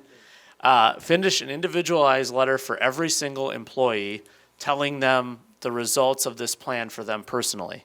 We did not tell them that ahead of time because I didn't want town halls to turn into an entire waste of time because everybody wanted to know what happened to them individually. We decided to wait until you saw this and then send out those letters to them as individuals. Once that is completed, there are no appeals in this process for employees. Okay? So for those of you who were here in 2014 and lived through that disaster, we are not going to relive it. In 2014, well, it was 2013, employees who weren't satisfied could come to the Administrative Services Committee and talk about how terrible things were, and they probably were, and then try to appeal for it to go higher. In most cases, that didn't happen. It went really poorly. Employees were really bitter about it. Supervisors at the time, when I talked to them, were really unhappy about the process. So we're not doing that at all. We have told employees, if you get that letter and it's way out of whack, there's something completely wrong and you're very upset, don't freak out. Talk to your supervisor, talk to your department head, talk to HR. We'll take a look at it. If it's really bad, we're going to make an adjustment and talk with the department head. If not, if it's marginally off, in their opinion, there won't be a change and there won't be an appeal. So we're going to take a 6-month cooling period where there are no appeals, there is no discussion, and then after that, we'll put a process together to open it up again. Over the course of the next 3 months now, the work of the HR team is going to transition from working on the data and comparing positions to working on those educational achievement requirements. And they're going to work directly with department heads and supervisors on what those things look like. And there's an expectation of department heads and supervisors that those, again, are hurdles, not walls. So that being said, the entire plan is within your 2020 budget.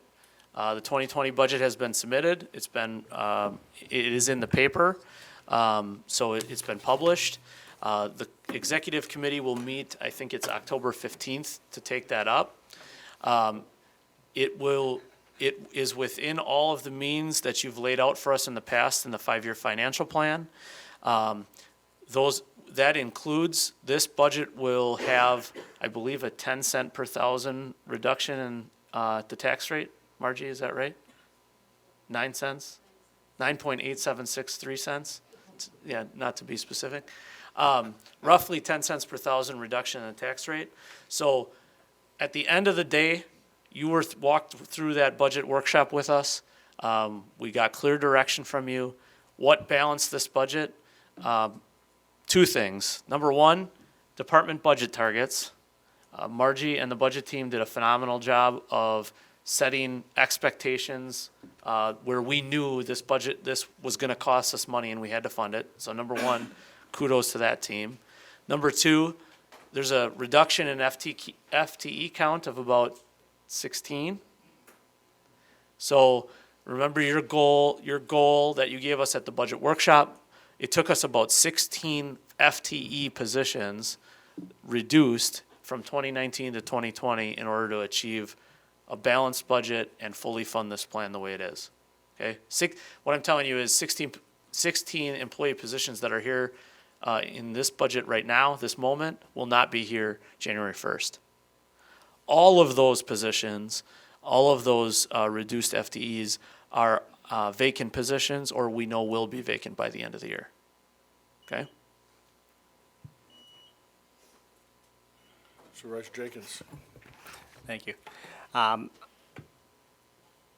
pretty sure I already know the answer, but going through this process and the town halls, do you see that the employee morale, understanding that they obviously had to make risks and assessments with their new budget targets and reduced FTE, but when explained this new process, did they feel that that was the appropriate give and take, and were they comfortable with the assessment that we came to?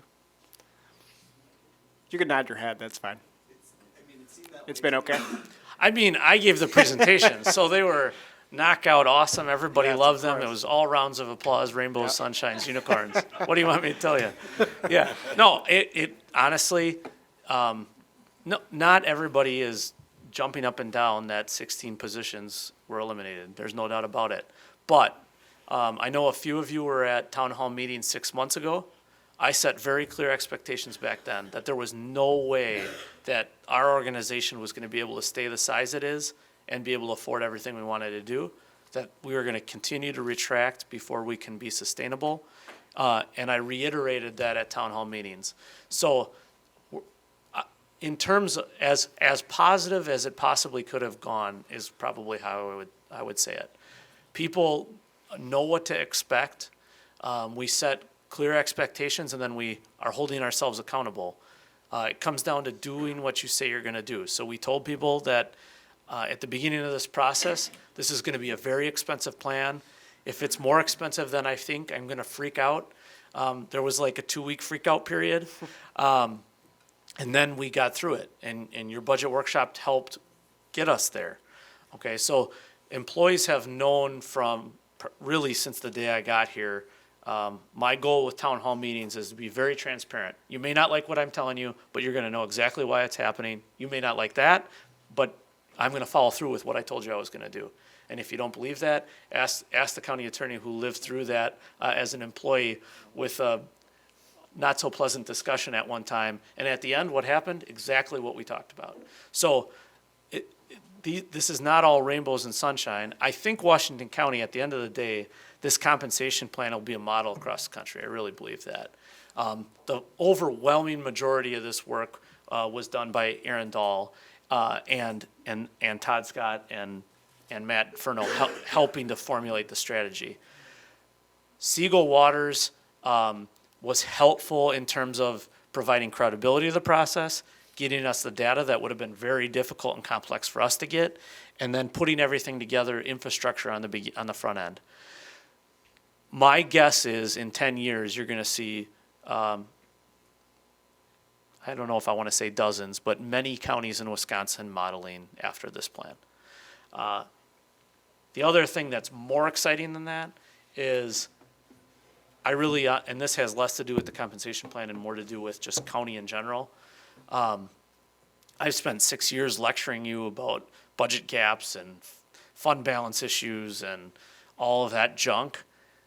And I call it junk because it's just depressing. But I really think we're this close to having that budget gap solved for the next 5 years. Now, we've got a budget to get through that if you destroy it, that'll make it a lot more complicated. We have a 5-year financial plan that Margie and the budget team will help formulate, and I'm hoping by the first quarter of next year, we can roll out this plan that solves that budget gap. We'll be probably the only local government in Wisconsin to be able to say we've done that, and we'll have a plan, my hope is, that's recession-proof. So getting back to Supervisor Krebs' question, my hope is that we have a plan in place. If we get a 2008 type of recession, there's a way to fund and to stay afloat, even if that recession hits and it's that severe. Supervisor Below. Thank you, Mr. Chairman. Josh, I guess I'm having a challenge with the math. So we're looking at basically 52 weeks in a year, 40 hours per week. 2,080. Okay, so if we take 2080. Yep. And if you go back to the slide with the tiers, with the 2878 times 2080, that'll be the very top price range? Tops, oh, no, this is one example, one job type example. Got it, okay, Yes. perfect. All right. Yes, no. All right, thanks. Oh, yeah, no, they were all thrilled. Everybody is so happy. Yeah. Todd's leaving, Matt's leaving, Aaron will be here for another 15 minutes before he goes back to Waukesha. No. So there are 171 different ranges that look like that. Got it. Yes. Whew, sorry. Supervisor Carr. That was my fault. I apologize. Thank you. Mr. Chairman, I guess I have a couple extra questions. Number one is, we have heard from a variety of sources, including, I believe, the current administrator, that this is the best administered county in the state. And so, is it necessary, if we have the best administered county in the state, to give 61% of the employees wage increases? And do we need to be at 75%? Well, maybe we should be at 60% or 50%. It seems like that would fit into the model. Basically, what you've done is selected ranges based upon 9 other counties. And so do we need to be at 75%? You know, there was a lot of discussion about the Pouts thing, raising 260,000, whatever it was, I can't remember the exact number, and how that was going to be painful to give up that money. So I guess my general question, not having day-to-day contact with all the employees in this county, how dissatisfied are all these people? I mean, you have repeatedly said that our compensation plan was a disaster. It existed up till now, so obviously you didn't like it. But on the other hand, the fact is we seem to have an awful lot of good employees who were living under it for a long time. So I question really kind of how much of a disaster really has it been. And do we need to jump into this with both feet at the level of 75%, or would it be more prudent to do it at a somewhat lower level to start out with and see how things go in order to meet our budget? And secondly, how much did we pay Siegel Waters for this analysis? I'm just kind of curious. I haven't seen any information on that. Siegel Waters, 150,000. To answer your first commentary, there's a thing that is referred to as golden handcuffs in the public sector. When you get past a certain amount of years in the Wisconsin retirement system, you pretty much stay no matter what happens because it's the best retirement system in the country. That doesn't mean you're happy. Doesn't mean you like it here. It just means you'd be a fool to leave. I would say that there was a large number of employees who found themselves in that situation when we adopted the last plan. Why do the 75th percentile? It absolutely was a debate. At one point, when we thought we had a lot of money, we were at the 80th percentile. When we thought we had no money at all, we were at probably close to the 60th percentile. I would wildly object if you tried to go to the 50th percentile, because I think that sends absolutely the wrong message that we are a half-ass county and we want to pay you half-ass. 75th percent takes money off the table. You might get $1 an hour more if you go to Waukesha. If you're willing to move for $1 an hour more, just go. If that's really what it takes, then leave. This whole model is built for the distinct purpose of keeping people here for a long time. I believe it will. It's going to take a period of time for people to adjust, for the culture to change, which has been an ongoing process for 6 years. But I think that's going to happen. And then finally, to just get down to brass tacks, on the front page of the paper today, there are municipalities celebrating for having a flat tax rate and borrowing money and proposing a budget that increased the tax rate. And some places in this county were celebrating that. Here in Washington County, we did all of this and we're dropping the tax rate by 10 cents a thousand. I think if you have the opportunity to live within your means and yes, sacrifice some positions, but you're going to get better quality over the long haul, and I guarantee you that you are going to have the best county employees probably in the state of Wisconsin, and we do in many cases today. I don't know why you wouldn't do that. And what else are we trying to achieve? My goal from the day I got here is to get this organization sustainable, get it as a place where people want to work and are dedicated to the mission. I think we're that stinking close. So I'd fight tooth and nail to keep it right where you got it, because it's like the best of all worlds. And that was brought up at the budget workshop, you remember. We talked through that. There was a big, long debate amongst the four of us. Do we do it? And what I heard at the budget workshop is, yeah, you do that, because otherwise you have a flawed system. So I will tell you, we spent a ridiculous amount of hours probably trying to figure out how we were going to do it, and we did it. Okay, and then I think the other thing is, you've put a lot of work into this. Overall, I like that we're moving towards merit-based. I like that a lot. I did offer the one suggestion. I'd encourage it to be looked at. I hear some naysayers, and I don't recall hearing those naysayers a year or so ago when you first presented this. Do you recall offhand which board meeting it was that you first presented this at?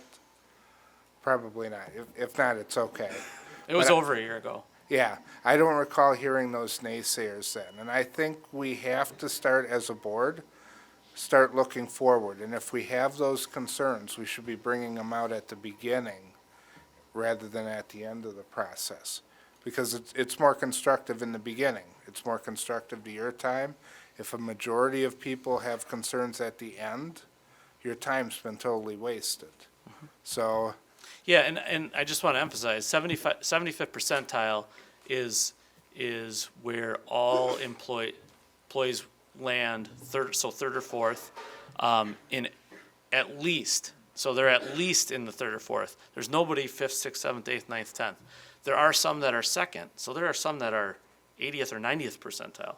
There are some that are 100th percentile. Corrections officers, sheriff's deputies, even though they're not part of this, you'll get a union contract soon that they're the 100th percentile of comparable counties.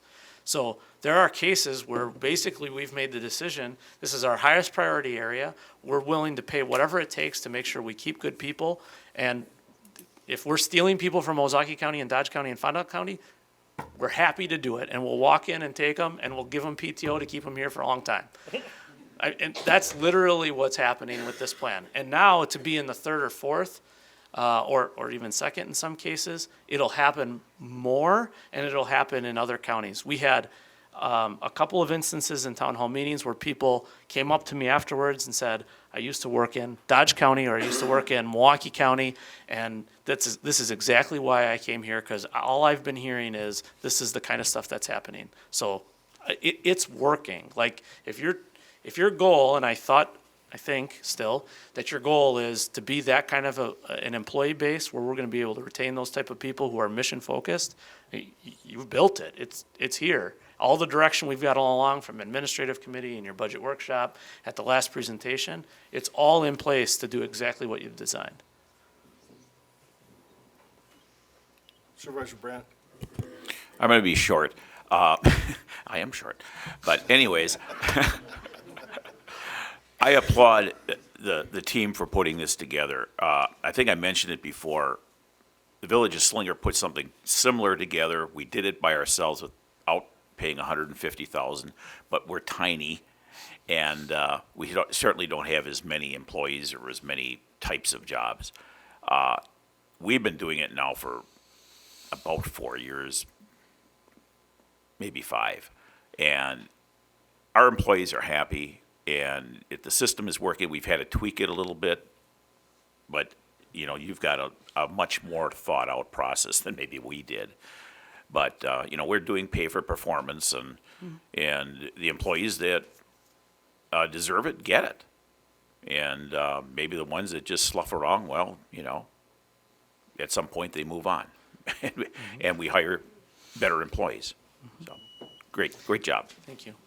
And just to put that $150,000 in context, first of all, if you've ever hired a consultant for anything, it's a terrible experience to have to spend that much money on anybody to do anything.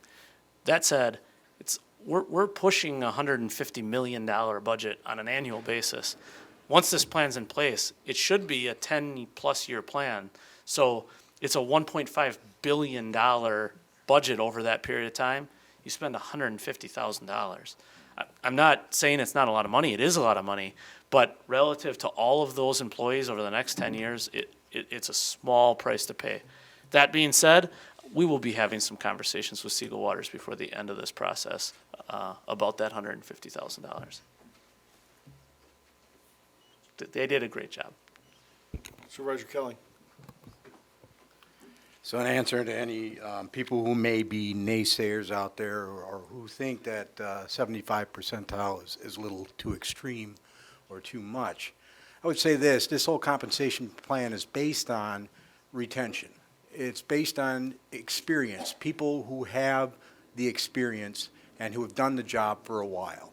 I would much rather, taking as an example, a highway worker who's got 20 years on the job versus a highway worker who has 2 years on the job. Because that guy who has 20 years will ultimately save you way more than what he's earning because he's seen it all, he's done it all, and he can fix it without even thinking about it. I mean, he knows it. And that experience goes across all of our lines of employment. In my job, as an example, I've been doing it for 20 years. When we have a mistake that's made, my boss knows right away. He gets on the phone to me because I'm going to be the one that solves it. And just last week alone, I saved the company over $1,000, which is much more than my pay for the week. So, this is the price of that experience brings you. that's 75%, not 100% funding, 75% of what the going rate is. I think that's an equitable and fair usage for this program. So, good work. And the only thing I'll add to that, it's 100% true, but the only thing I'll add to it is, it's not just how long you've been here. You got to prove to us that you want to improve yourself. You want to do better for yourself, not necessarily just for the county, and that you buy into what we exist for. I got to tell you, with nobody else on the board, there's a few of you sitting in this room.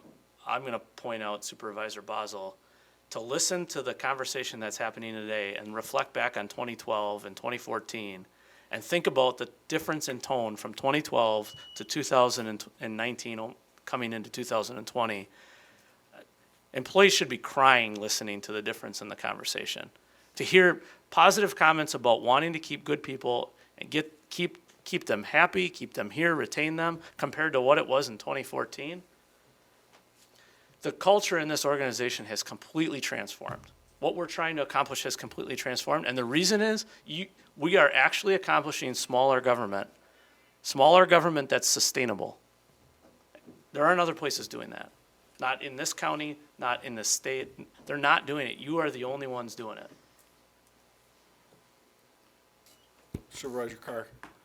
I'd just like to make one comment, and that's it's my belief that the 75% up there means 75% of the highest paid positions, not 75% of the average. Is that not correct? It means that out of those 10, we're at 7.5.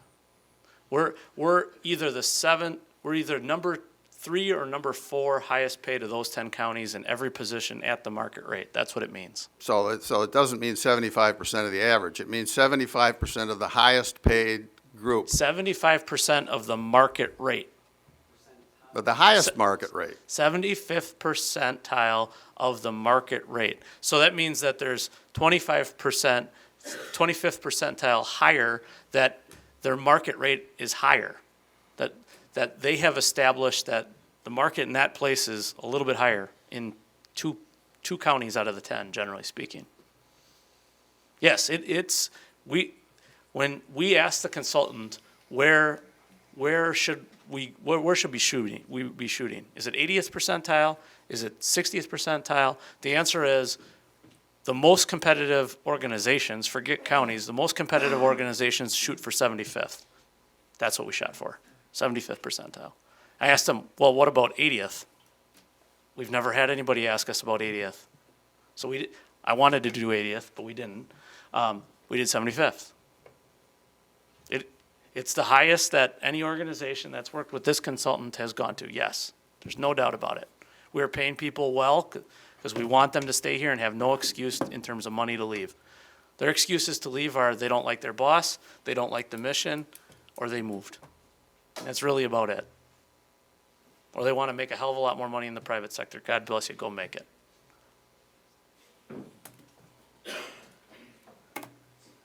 Well, I support this fully. I think this is an excellent job that you've done. What we do is we provide a service for the citizens we serve. We want the best and the brightest to do that serving, and we want to retain those people, and we want to pay them commensurately. Happy employees serve better, do a better job. I think this puts that all, rolls it all together, and it costs of doing business, and our business is serving the people. Thank you. Thank you. Okay. Let's take a 5-minute break.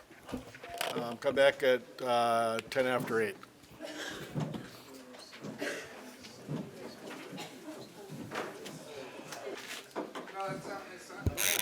All right, we're going to move ahead. 2019 Resolution 37, adopting the Washington County Aquatic Invasive Species Strategic Plan 5-year update. Take a motion. Smisek, Schleif. Any discussion? Huh? Oh. Roger and Tim?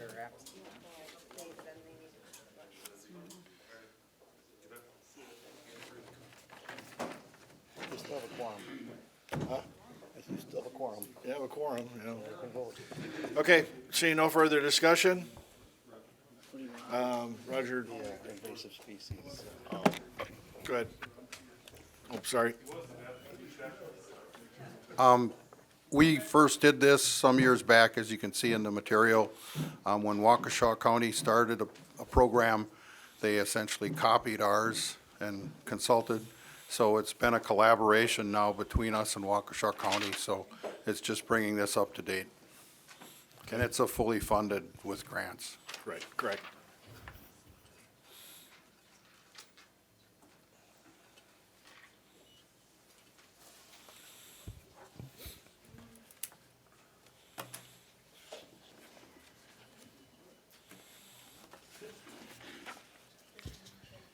Okay, seeing no further discussion, we'll vote on this electronically. We ready?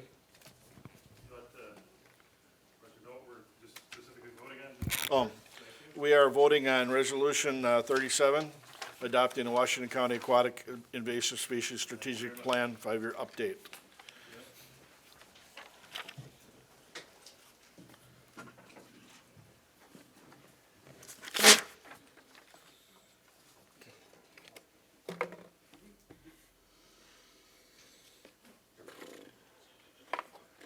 Okay.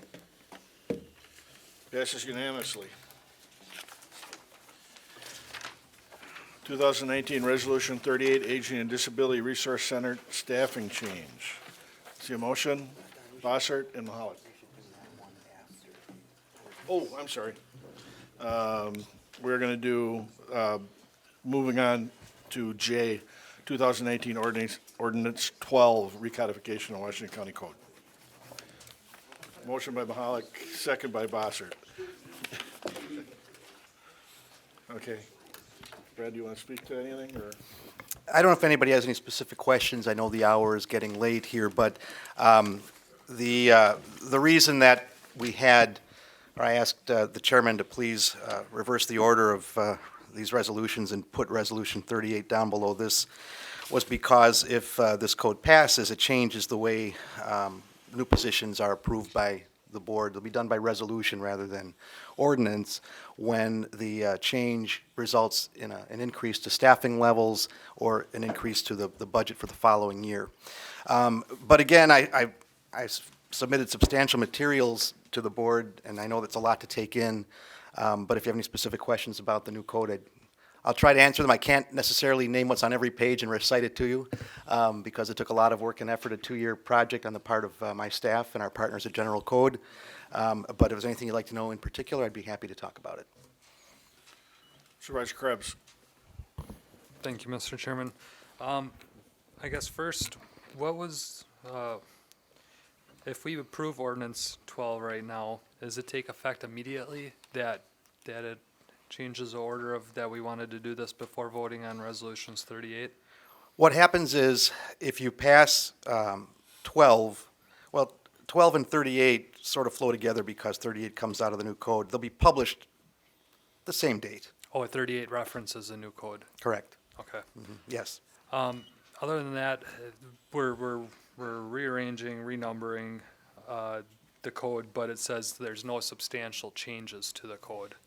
No, there are substantial changes, but the changes that were substantial, for example, pulling out the personnel section, taking the purchasing section out, those are two things that are off the top of my head. Those things all went to committee. I guess I shouldn't say substantial, but I should be, there was no change of the intent of the existing code. Is that a better way to phrase it? Correct. Okay. What ended up happening was the changes that we made at the department head level were things that General Code suggested be changed, such as outdated statutes that were no longer in effect, provisions in our code that maybe referenced one section, and when you went there, it wasn't there any longer, things of that nature. Some very minor policy things, cleaning up some rules that needed to be cleaned up. But anything that was a substantial change to the code in terms of laws changing or anything of that nature, we went to committees and got a consensus for that.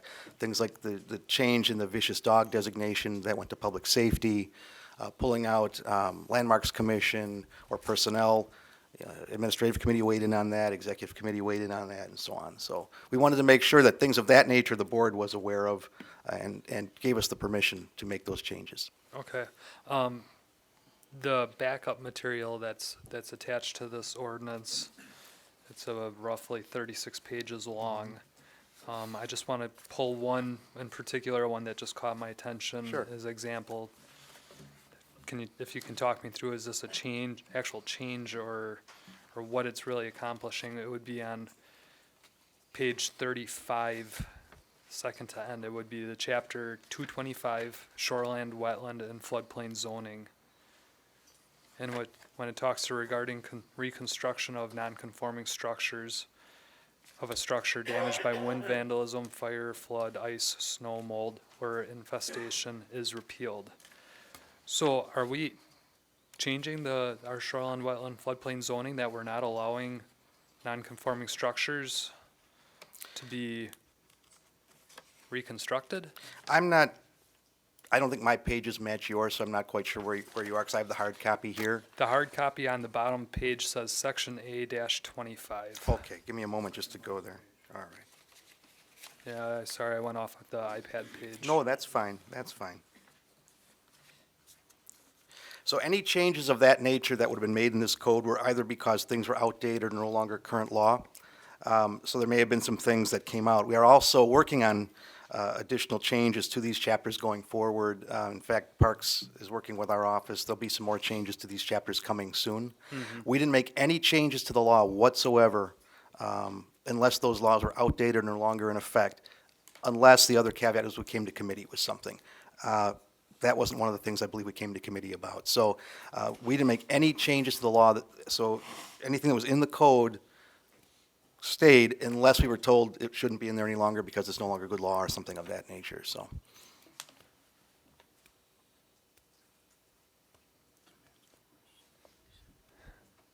I'm not saying I'm confused, but it just seems there's so much in here where I don't know if it's because it's outdated or in conflict with current state statutes, or if it was a committee approved change.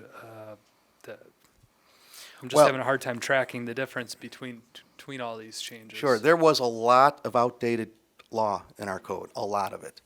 Things that weren't valid any longer, things that were referenced in one section of the code that didn't appear anywhere else, even though other sections said go look for it. So the things that went to committee, and there weren't many, was the vicious dog designation. I remember that one. Right, you were there for that. The purchasing section became a policy in finance. We had the personnel code, which had our staffing plan and pay plan and so on. That is now in the employee handbook, and I believe that, as of tonight, that's available online. And Landmarks Commission came out, Executive Committee weighed in on that. Those are the things that went to committee. Those are the things that we needed and we felt we had to have permission on because those were bigger issues. Things that may have come out because it was suggested to come out by a general code because it wasn't good law any longer, that's probably more of what you're seeing there. But I have a pretty good recollection of what we went to committee on because it really wasn't a lot. So anything in here that's not committee approved is more trusting your opinion on it, is just cleanups or just falling in line with current. Right, and I can tell you, and I want you to know this part of it too, and the process is somewhat outlined in here, but we had every single department head participate in this process. We had 7 members of General Code. They assigned 7 persons to assist us with this recodification on their end. We had, I don't know how many staffers assigned by department heads to assist my office. I mean, this was a huge project. We went to committees on occasion. I met with Josh for hours at a time going over certain provisions to make sure there were enough checks and balances in here that nothing was slipped in or nothing was omitted inadvertently. It was a 2-year project. We're all human. Will there be a typo or two? Is there something in there maybe that slipped in or slipped out accidentally, perhaps? But I think those would be very, very infrequent and rare if they're there at all, so. Okay. That last question, this code is to be hosted by General Code's website, eCode 360. Right. And it's based off of that company's, I guess, standard or their template that's what the new numbering is based on? Yes, and so there'll be a link on our website that will take yourselves or the public to General Code's website where they can access our code. They'll see it there. It's going to be in searchable form. They can even search other county codes to see how our laws match up to others. And yeah, so it'll be much more accessible and easily used than the current version, which is just PDF'd on our website. What is the cost? I'm assuming there's an annual cost to them hosting this. Yes, $995 a year. And is there a contract or a term for that rate put in place, or is that just an annual subscription where we can choose in and out at any time? We can choose in and out of it. The rates could be adjusted, and it'll depend also in part, as we send them legislation that this body passes, they'll incorporate that into the website, and there may be extra charges for things that we send in addition to just hosting the code. I think it's like $18 a page, something like that. My intention is going to be that we'll send them legislation, new ordinances and so forth that are passed. It'll go on to their website as a tab. So you'll click on whatever provision. It'll say, this is outdated. Click here to see the current version. Okay. Then at the start of every session, they'll take those tabs, they'll put them into the code. So it'll be like a recod every 2 years, but that'll be part of that $995 that we pay. And currently, right now, the way that's done is my office staff does that. They go through the code, they update it online, the hard copies and so on. So I'll be saving my staff time. They'll be doing other things. Okay. Let's just say 10 years down the road, we relook at this if we're on top of this versus 30 years or right. whatever it could be. It was a long time. Would we be in the future looking at making changes to the numbering or to the numbering system at that point if we would be switching providers or going with a whole new template again? May well be, depending on who you go with and how things change. Our current code was very traditional. That's the way it was done back then, and quite frankly, the 70s and mid-90s. Now everything's online and they're trying to make it uniform. Could that change in the future? Yeah. I'm just trying to figure out if this layout is how common of a layout it is. Sure. Are we choosing the layout and for 3 years from now if the other counties will look at us and wonder why we went with that one and it doesn't match up with anything? Well, I can tell you general code works throughout the nation. I think there's at least, I think they're in Adams County, they did their code, Price County, Pierce County, us now, Green Lake, maybe 5 or 6 counties they did. They did Richfield, I think, when Josh was there. You mentioned they did Jackson as well. They did yours. So they're not a fly-by-night operation. They were really great to work with, and I think they turned out a great product for us. Okay. Very pleased with it. Thank you. Sure. Supervisor Merton. Thank you. I'm looking at page A3 on the Schedule A3. Item F, Section 515-6, Procedural Rules. It says, unless otherwise provided in this section or by state statute, adoption of any question shall require a majority vote of the members present. What about when we have 2/3 votes, or is this referring to, I didn't double check the reference. Sure, so 2/3 votes, whenever state law requires or our local laws require 2/3 vote, that is of members elect. When it's a majority vote, that's members present. And that's right out of our current code as well. Okay, so we have covered 2/3 vote. That just isn't, the statement talks about only majority vote. Right. And don't forget, this particular schedule just cherry picks changes. It's not, things that weren't changed are still in the code as they were. So there'll be things here that are different, but if you look at the actual code itself, things that didn't change won't be referenced in Schedule A. They may have been moved in the code, but the law didn't change or our rules didn't change. Okay, and then on page Schedule A-8, item C at the top of the page refers to economic or personal interest instead of and. And what is the purpose of that statement to have a choice? I mean, it says or instead of and, I think. I read that correctly.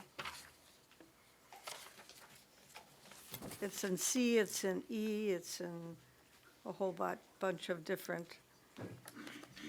references. You're on A8, you say? A8, Okay, let me find you.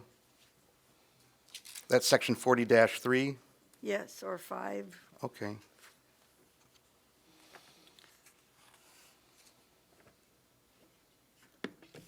So, and I'm sorry, Supervisor Merton, I was trying to find the place, so if I could trouble you to ask that question again. I'm sure it comes through the Ethics Committee. It refers to, in 40-3, the defined term economic Oh. interest is revised to economic or personal interest. And then I see it further, in other items it's referred to again. Right, right. Yes, I remember, I'm responsible for convening the Ethics Board for their annual meeting, and one of the things we had done at the last meeting was, we went through the Ethics Code. The Ethics Board had concerns about definitions and cleaning things up and clearing things up, so I worked with them and brought them suggestions, and they made suggestions, and so when we amended the Ethics Code, it was with the assistance and guidance of the Ethics Board. Okay. So it's just a matter of having it broader or less? Yeah, they struggle from time to time with that code and what portions of it mean and how to apply it, and they felt that this would help going forward especially. That both economic and personal do Right. not have to be there, it can be one or the other? Correct. Okay. And then, as many people are well aware, I have great difficulty in the repeal of the Landmarks Commission. I've worked intensively with that commission. Supervisor Burton, I'm going to close discussion on that. Pardon? That needs to, if we're going to talk about the Landmarks Commission, that's going to I'm need to. talking about the right, the part on page, I'm trying to define it. DT-1, derivation table, chapter 20 on page 4. That item says to repeal. And my concern on that would be to delete this from that section and keep it included in the new code with an updated chapter. That's what needs to be done. You know, those will have to go through committee. We're not going to take any amendments to the code now. It has to go through committee. Goes through committee. Goes through This committee. This is brought before us from committee. And if we were told we have to just accept it or reject it, you can't voice any concern on any portion. You can voice concerns on it, but you can't make any amendments. You can't make an amendment to add or delete? No, not at this time. Where does that fall in Robert's rules? It will come through committee. Do you want to speak to that, Brent? Yeah, as far as that goes, I mean, I'm asking the board tonight for an up or down vote on this code. We spent 2 years on this project, met with committees, department heads, countless employees, a team at General Code, as I've indicated, going through this line by line. The executive committee, by consensus, directed me to pull out that particular section because, first of all, it's no longer funded, and it hasn't been funded in a long time. It was essentially a dead body of law within our code. We pulled it out because it didn't really exist in practice any longer, and that was the direction that we had. If there's a desire to refund that particular program, if there's a desire to reenact that committee, by all means, follow the legislative procedure, talk to Josh, talk to county clerk's office, go through executive committee, and debate whether or not, I suppose, that's something you want back. That's my suggestion. This code is going to contain things that you may not like legislatively because they were there before. Things may be omitted that you wish were in there for whatever reasons, like Landmarks Commission. But this was really an editorial process to clean up what was a train wreck of a code, and has been a train wreck of a code really since at least probably 1998. And before that, this is the first real honest recodification of this code this county has ever had, and I'm very proud of this project. I understand there's going to be some things that maybe aren't perfect in your eyes, and that's the beauty of it. This is the book, by the way. This is it. And you're free to come and take a look at it. It's been on display in the clerk's office for a couple of weeks. If you want to make changes to the code, make changes to the code, but my suggestion is you do it through committee and through the proper process. I don't think this is the time to take up individual sections of the code and try to tinker with the actual county laws that we have. And that was also Judge Farragher's directive back when he was county attorney in '98, when he finished his recodification and said, hey, I did the best I could, but I didn't get a lot of cooperation with department heads. This is still kind of a problem. There's lots of policy problems in here. Someone's going to have to fix this someday. And we went through and we took care of those things for the most part. It's up to you to take the code going forward and do with it what you will, but I think we got you a good baseline. So I'd ask you just to vote it up or down. Okay. I was just following Robert's rules and thought, there is a right for the county board to act on what they feel should be included or shouldn't be included, not just a committee. Thank you. Seeing no more. I'm sorry, but I can't support that. There's no action. And Supervisor Merton, I spent more than an hour with you in my office Yes, going you through the did. code, and I really enjoyed the time I spent with you because I know you are passionate about this code. You've picked an issue that I don't know how to answer that question for you. I mean, you have to go through that particular process. Committee meetings are noticed, agenda items appear. I don't recall you being at that meeting to discuss this with the executive committee, but there's a process to add legislation to the code or take it out of the code. That's what we followed. If you don't support the code, that's fine. I can appreciate that, I really do. And I don't take issue with that. But I just want you to know that you are free in the future to come back and add those things back in if you like, or try to anyway. Thank you, but just in response, I was not available to attend that meeting. Okay. Seeing no further discussion, we'll vote on this electronically.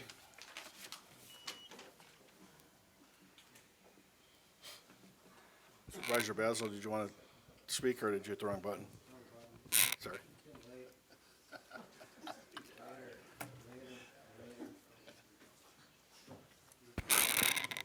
Supervisor Steffen? There you go. Motion passes 21-1. 2019 Resolution 38, Aging and Disability Resource Center staffing change. Need a motion? Motion Supervisor Bertram, second Supervisor Mahalik. Any discussion? Oh, we're not voting on it yet. We're discussing 2019 Resolution 38, Aging and Disability Resource Center staffing change. Is there any discussion? Any questions? Seeing none, we'll vote on this electronically.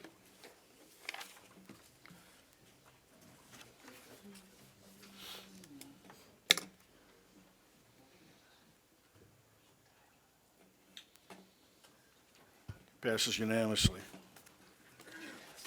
John?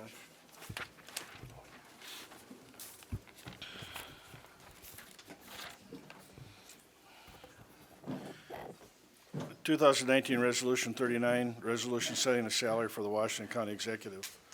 Motion by, for the record, Josh has left the room. Supervisor Basil, Supervisor Schleif. Again, for benefit of some, this is basically Administrator Showman's participation in this. He has recused himself at every opportunity. Anytime we're discussing anything about the county executive.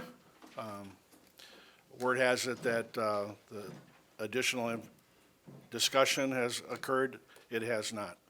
I want to make that perfectly clear to everyone. Okay, do we do a motion now? Okay. Discussion. Supervisor Mahalik. Thank you, Mr. Chairman. I think that the part before us actually has a sliding scale, and did we want to mention what happened in executive as regards to that? Do we not have the amended on each? Oh, you do? Okay. Yeah, it should be there. I'm sorry, I didn't have, okay, It should I be on your apologize. desk. I didn't see that, so we're looking at $140,000 flat rate for 4 years, correct? That's correct. Okay, thank you very much. I just wanted to make sure because that was amended. It was amended at That executive. is correct. I'm an absolute supporter of this. I understand what happens when you talk about the FTE count and the budget dollars that you're looking at in the private sector. You would make multiples of this type of salary. The fact that if you look at what the current administrator happens to be earning, it's actually quite a bit of a cut when you look at the bonuses and other things that are in that plan, which are no longer there. It is not tailored specifically for Josh Schoman. It is to try and attract a person of the quality that we have. Understand, when you heard what we just did here, actually for quite some time, and Josh going through what we're doing, unlike any other county in the state and arguably any county in the country, we are asking for change agent. We are asking for somebody who's willing to do things that other people don't. The best example of I can see is what we did with our health department with Ozaukee County. We even had to go to the state legislature and have them change the law, so we've been able to do some of the creative things that we have done within this county. You're not going to get that by paying the average. If you're asking for somebody to step up and do what the current administrator has been able to do, and you're asking others to throw their hat into the ring, please understand that this is an open process. Any one of us or anybody else that believes that they can win can run for this, okay? And I know that there are all sorts of different rumors that certain people on this board, I know of nobody in this board, including me, who's going to be running for this position. But it can happen, and I think $140,000, especially if you flat fee this, is under market, well under market for the public, or excuse me, for the private sector. For the public sector, some may think that we're high. I don't think so, unless we're just looking for a run-of-the-mill bureaucrat type to run for this particular position. That's not what we want in Washington County. We want to be leading edge or even bleeding edge, and that takes more risk, and there is a risk-reward scenario. Therefore, because we ask this person to take more risk and to go out and do more creative things to get ahead of the problems that we're talking about in this meeting, which is why it's lasted so long, I think that $140,000 is more than fair and would urge you to support it. Thank you. Supervisor Martin? I'm just curious as to what this is based upon. Did we do comparisons with other executives, or what's it based upon? Or what the current administrator salary? I have no idea, I just have a question. I guess I can speak to that. We looked at what the salaries are within Washington County and placed initially that person would be among the top paid in the county. Our directors, I don't know if everybody has this or not, but the range for our directors, Director of Human Services, midpoint's 127, maximum's 149. Deputy County Administrators, 126 to 147, and so on. So having the leader of the county paid substantially below what the directors are paid would not be fair or equitable. So, and talking with Tim, Supervisor Mahalik, who's in HR, Supervisor McCune, who hires all over the country, in order to get a good qualified candidate, you want to pay commensurate with the abilities and duties of that office. Yeah, you can go on the cheap. As one example, Milwaukee pays $129,000. They paid $129,000 since 2002. When Governor Walker, Scott Walker, took that over, he froze that salary, and it has remained frozen. So it has not adjusted for cost of living. That's 17 years at the same salary. It's like putting our employees without a raise for 17 years. So in order to get a good quality candidate, you have to pay something to get it. So what is our highest paid employee right now? The highest range right now, Not range, but actual pay. I don't know what the actual is. I have the midpoint and the maximum. So I don't have the salary structure of each individual. But Director of Human Services goes up, the maximum is 149. Deputy County Administrator is 147, Campus Administrator is 147, County Attorney is 146, Director of IT is 138, Director of Central Services 138. Those are high ends of the scale? Mhm. Range? Yep, those are the high ends of the scale.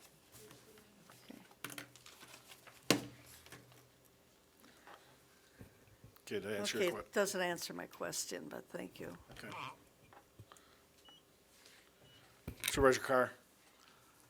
Yeah, I'm a little surprised at the way this has been presented. You just gave some background information, which was not presented to the board.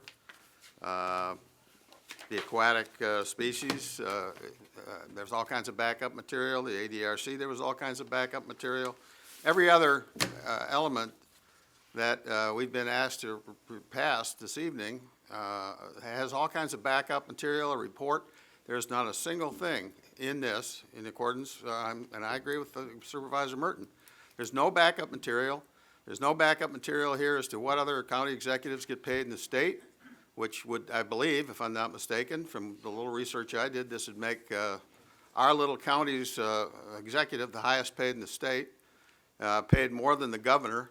No, 147. All right. Is that what Evers is getting paid now, 147? It said 143 this morning on my phone. That's what the governor gets paid. It's at one. All right. It's at one, governor's at 147. It's not apples to oranges. It's not apples to apples. He has a mansion, he has a staff. The fact is that there's So- no information upon which we can justifiably make a decision on this that's presented in accordance with this resolution. So my request would be that we get some background information that's presented to the board in a report and backup material, and then bring this up again at the next meeting. Are you making that a motion? I'll make that a motion. I'll second. All right, we have a motion and a second to postpone to November. Any further discussion on the motion? Needs to be done by November, at the last, by statute. Supervisor Kist. I don't agree with this. He's doing such a fantastic job. Give him the raise and shut up and sit down. It's actually be a cut in salary, but for the current. Any to the motion? Okay, are we ready for a vote on it? So vote no means we continue on tonight. Yep. A vote no would be we continue on discussion. Yes vote would be to.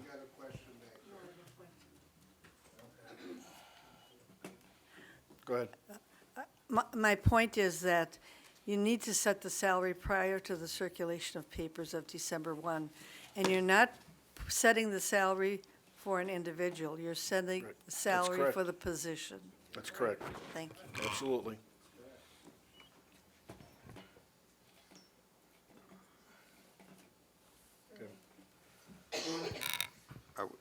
Are we in discussion or a vote?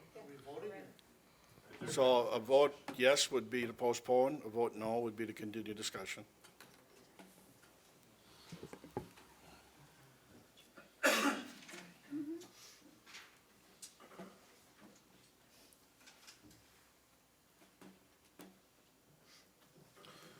Vote is 14-8 to continue discussion.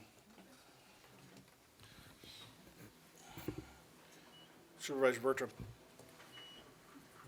Yes, what I'm trying to figure out here is, my question is what really happens with Josh's position now? He's under contract for how long yet? For 2 years? Am I right, or 2 plus, or a year plus? I think he's in the first year of a 5-year contract, I think. Okay, so he's got a contract, so now we're running this through pretty quick, but, so now we get an executor And what happens to his contract? He just stops getting paid? Or do we pay him too? His contract will end when the county executive takes office. And there's no payments after that? There's He just walks? There's a severance package that he would get. We wouldn't be paying out the remainder of the contract. Okay. But then there's some accrued benefits, I'll call them, I guess, that he would be entitled to that are not part of the severance. Okay. So, and we have not sat down to discuss those particular numbers as of yet. But, you know, it's one of those things where we have to figure out how the contract works. But he would not be paid out the duration of the contract, just to answer your question.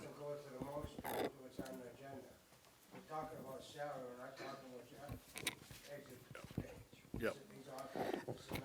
Yeah, it's really not germane to the, Well, you don't want to know what it's going to cost if this happens? yeah. Well, so you don't care what it costs for us to pay off Josh?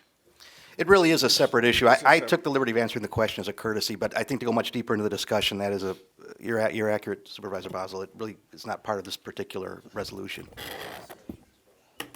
Supervisor Krebs. Thank you, Mr. Chairman.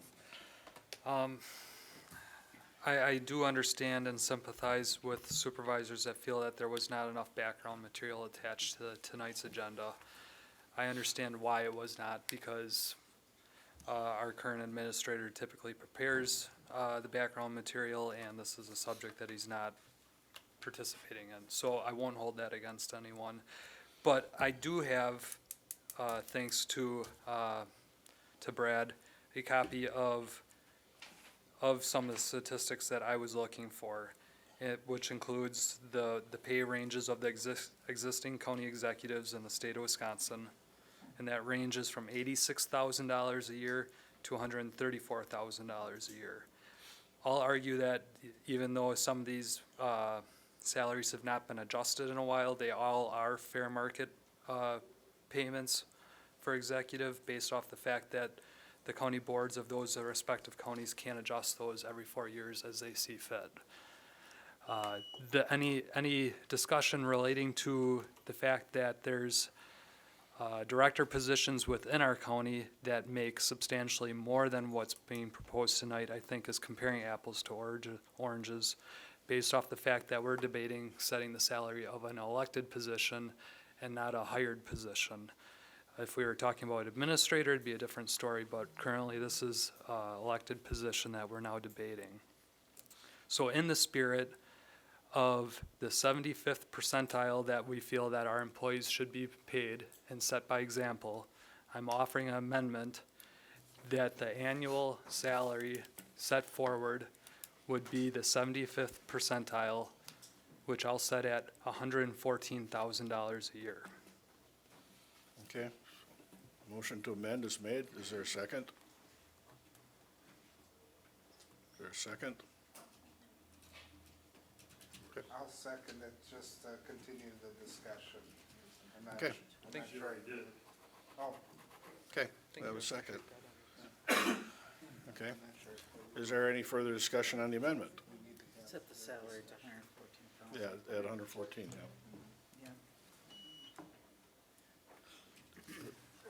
To the amendment?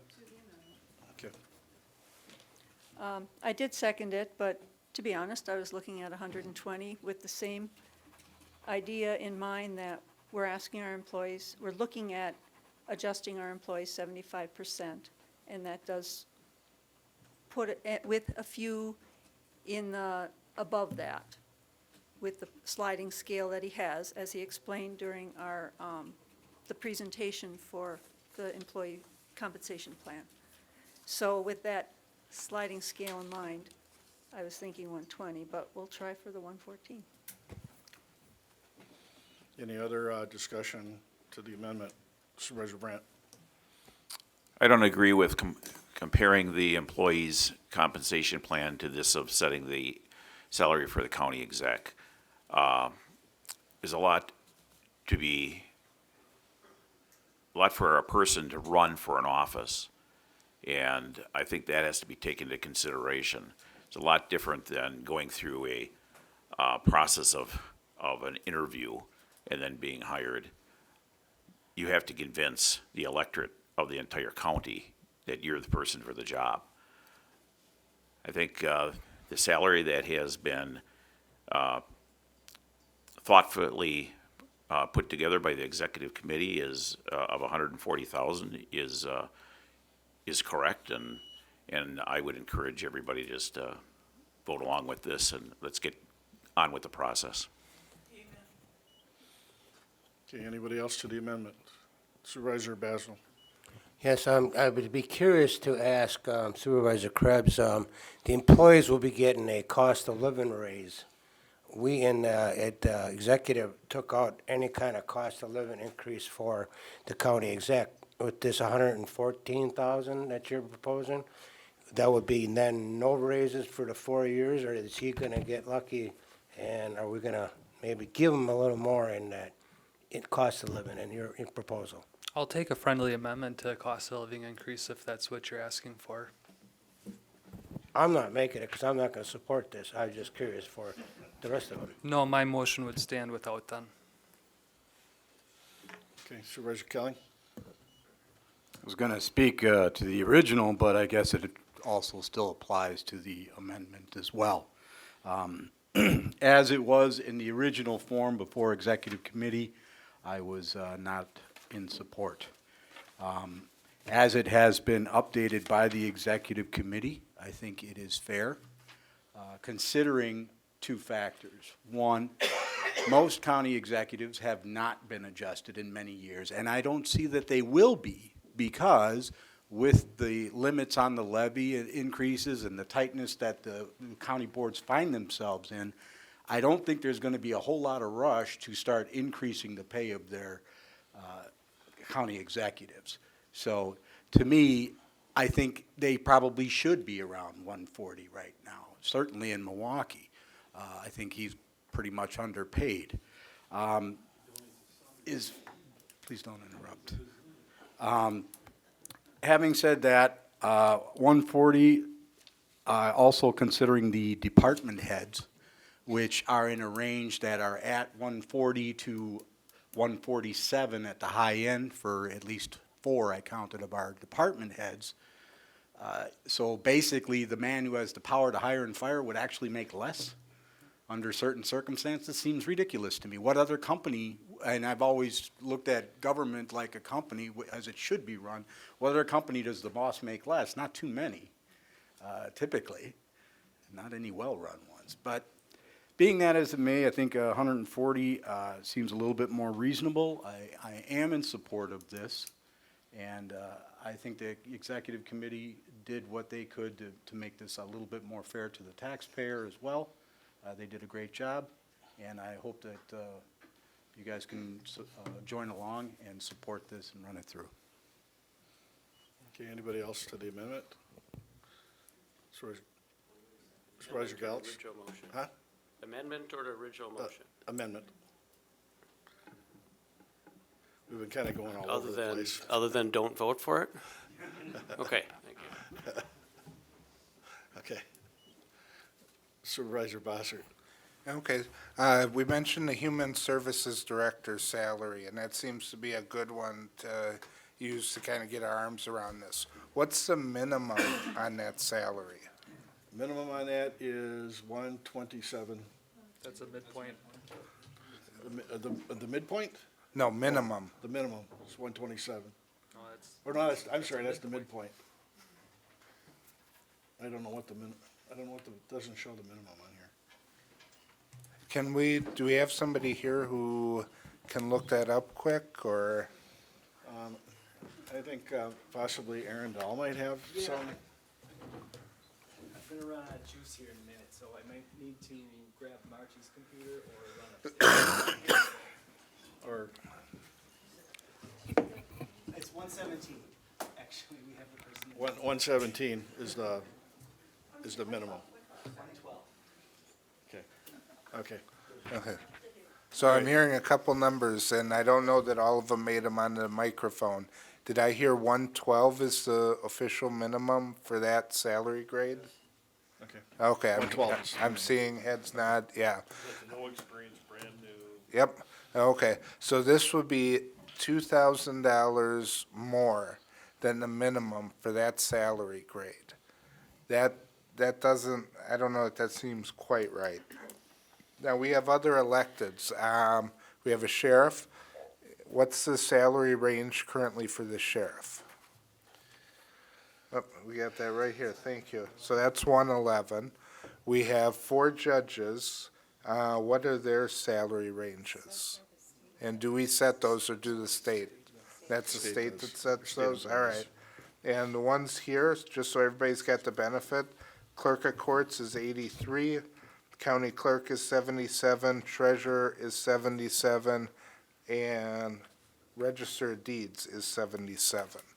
So that kind of gives some perspectives on those electives.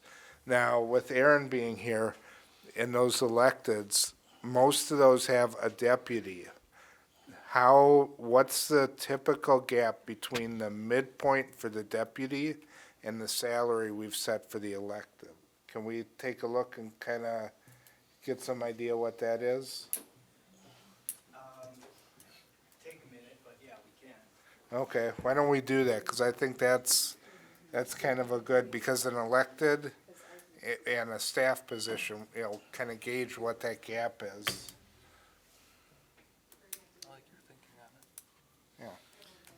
Okay, we'll come back to that when I have Okay. that information. Yeah, we need to do it before we vote on the amendment. Right. Any more to the amendment? Okay, I'll wait for Aaron then. Now at 114.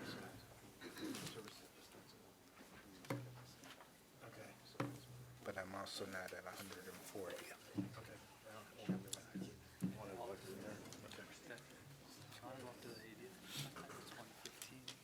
Yeah. What I had before thinking about 75th percentile, that's what I was kind of thinking maybe. It still puts it under Milwaukee County.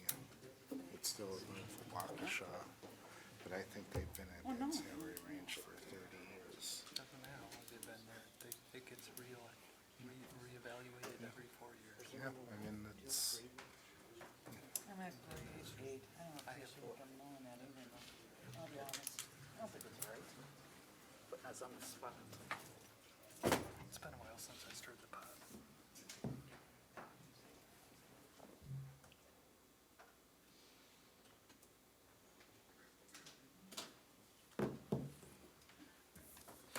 I can always make a friendly amendment too.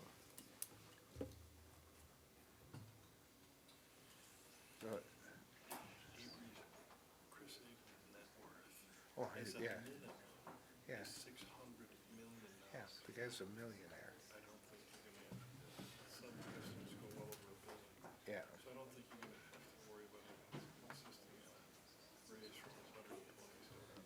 yeah, you know. Considering he gave $2 million to the Boys and Girls Clubs, I'm guessing he donated to the salary chair. Yeah, well, I have a genealogist working on it, but I think I'm one of his cousins. And somebody got it right away.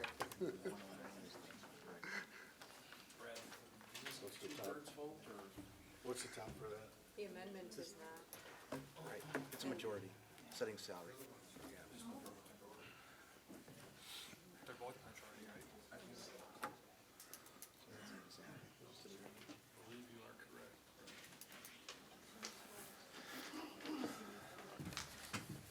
Which means if I vote no, it'll probably pass anyway.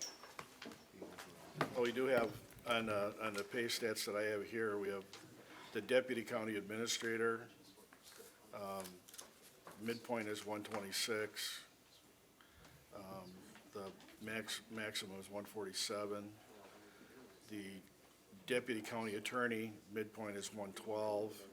Maximum is 131. But that's not the electeds. Yeah.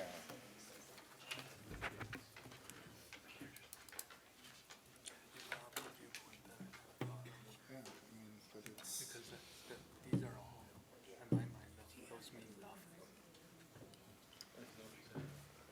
What the director of, None yeah. of those, because they're all hired. Well, that, and these are the midpoints, it doesn't show the minimum.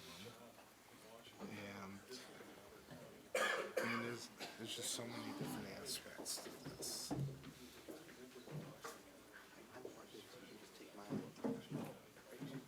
mean, the optics here too. To the average voter, this is, yeah. No, that's okay. I should just search through this one.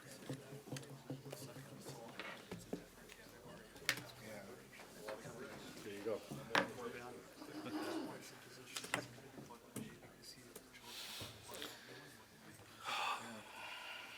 What Josh is kind of, I have a feeling there's at least 3 or 4 other people out there who are looking at it. Who knows who they'll be and.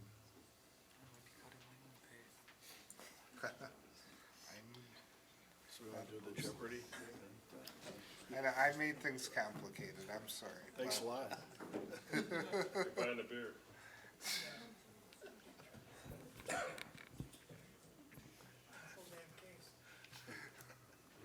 Times 25. Tell you what, I'll bring a case of beer for everybody to our February 29th meeting. You know, next year is I'd like to speak to that if I may. I'd love if next year's It is. Well, it's not the second, it's not the second Wednesday. Yeah, we don't have the meeting.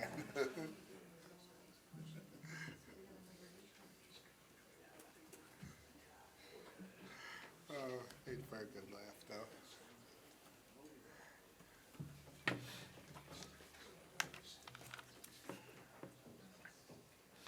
Oh. 2020 is leap year. Yeah. So if you want to schedule a meeting on that It's gonna day, be a Saturday though. I don't know how many people are gonna have to come on a Saturday. Typical politician, they should promise you can't deliver. How we doing? We've got the. no, I said meeting. Okay. All right. Yeah. So generally, the difference is from the midpoint. Microphone? Yeah, let's have this at a microphone. And thank you for putting this together on short notice. Sure, no problem. Generally speaking, from the midpoint of those deputies, you're anywhere from 23 to 27,000 dollar difference. Okay, depending on which position it Depending on is. which, correct. Okay. Great, does that answer your question then? It does, yeah. I think I would have trouble supporting 114. I think that's too low. So, speaking to the amendment, I'm not sure I can vote for the amendment, but I'm open to other amendments. Okay. Any other, to the amendment? Okay, we'll vote on the amendment.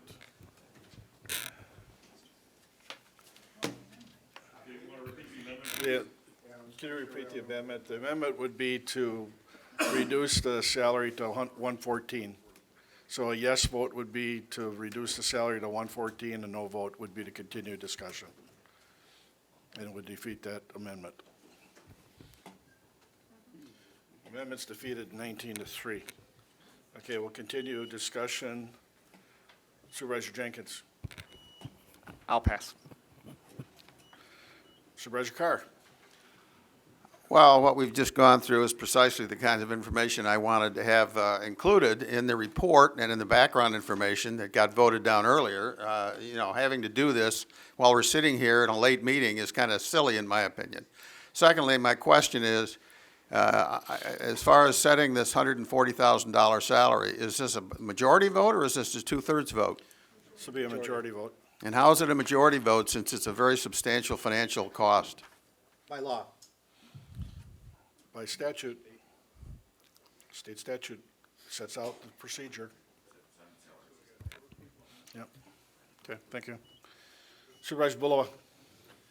So is it possible to call the question to vote on the 140? Yep.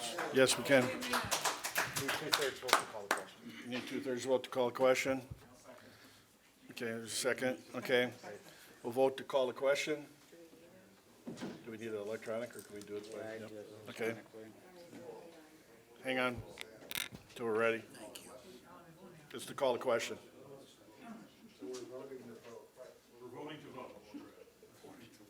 in the debate. I don't think we're live yet.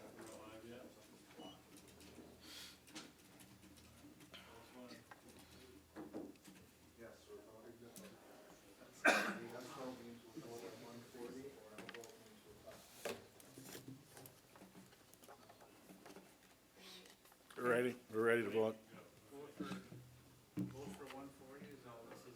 This is call the question.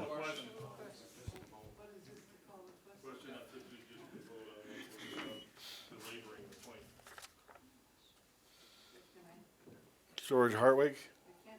Okay. We might have a You change can of push vote. a different. It hasn't gone up yet, you can change your vote. Until, I think she wants clarification on what we're, we're voting on. No, we're voting on closing debate. Correct. Yes. But I Okay. didn't vote that way. okay. I thought if I took myself out, we tried. Okay. We're all in? Supervisor Murphy, so have you voted now how you want to vote? She just has to push the other button. Is he the chair or you? Yes, you can. Press the button for the It's one. already cast. That's what they're saying. All you It doesn't show different up here. Won't matter up there? No, it shouldn't. Clarify. Making a motion on all three questions, because if so, then a motion to call the question would be the amendment and so the amendment already built. Okay, so the 14. Sorry, taking yes. Then we call the question. Defeated, Okay, 16 to 6. it's defeated. Is it 2/3 of members present? Needed 18 votes, 18 vote? so debate So- continues. So, motion fails. Needs to be 2/3, needs to be 18 of the body. Supervisor Bossert. All right, I'm going to make a motion that we adjust it to 125. And I'm open to friendly amendments off of that amount. I think that's a better balance. 140 strikes me as too high. So let's talk about 125 and see if that's something we can reach a consensus on. Supervisor Bishop seconds. Okay, discussion on the next amendment. Supervisor Gauch? Trying to get one on the first one, so I'll contract. Don't vote for it. 125. Okay. Supervisor Hartwig? Thank you, Mr. Chairman. I did talk to somebody, and they had said that this was going to be great for the taxpayers because it was going to be less money. So I am going to support the 125. Supervisor Mahalik? I'd just like to check, and I apologize, maybe it's getting too late and my math is a little fuzzy. But at 16 to 6, didn't that make it 2/3? Of the 2/3 are members-elect. It is members elect. Sorry, okay, thank you. Like I said, it's getting late. Okay. Supervisor Brandt? I support the 140, and I'm telling you why. Many of you support Josh in what he's accomplished. The 140 is less than what he's making now, if you look at his contract. That includes some bonuses and some other items. Those are not going to go through, in addition to this 140. If you want Josh to run for the job, I don't think you should be going much lower than the 140. So that's just my position. Thank you. Supervisor Krebs? Thank you, Mr. Chairman. 2 points. First, we're setting the salary for the position, not the person, I will remind everyone. And just for everyone's information, with my Slinger education math skills, 125 puts it on my list at 81 percentile of other county executive salaries, for your information. Okay, thank you. Supervisor Stefan? Thank you, Mr. Chairman. Can you explain what's all in the annual compensation of the 140? Is that just his salary, or what's all in it? That's salary alone. Just salary the alone? The benefit package would be, is every employee gets for the county. Okay. So they would have the employee handbook and whatever. So that's just his base salary, is 140? Yep, that's just the base salary, correct. Thank you. Supervisor Gallitz. Thank you. So I'm really trying to figure out what the issue here is. We decided, we had a county administrator, and this board made a decision to pay him $143-some thousand. The same position that we now voted last month as an executive is the same role, same scope, same scale, everything's the same. So why would you say it's worth $20,000, $30,000 less? I don't understand what the issue is in the $140,000. Somebody please tell me that. The current administrator's salary with the, not including the health insurance, but with, let me, hang on a second here. Okay. For 2020, not including, with all the benefits, not including health insurance, is $190,305. That includes salary, retention bonus, performance bonus, PTO payout, HSA contribution, and deferred compensation contribution. So the current administrator salary with those added benefits to it, not including the package that everyone else gets as an employee of Washington County, is $190,000 at this time, as of 2020.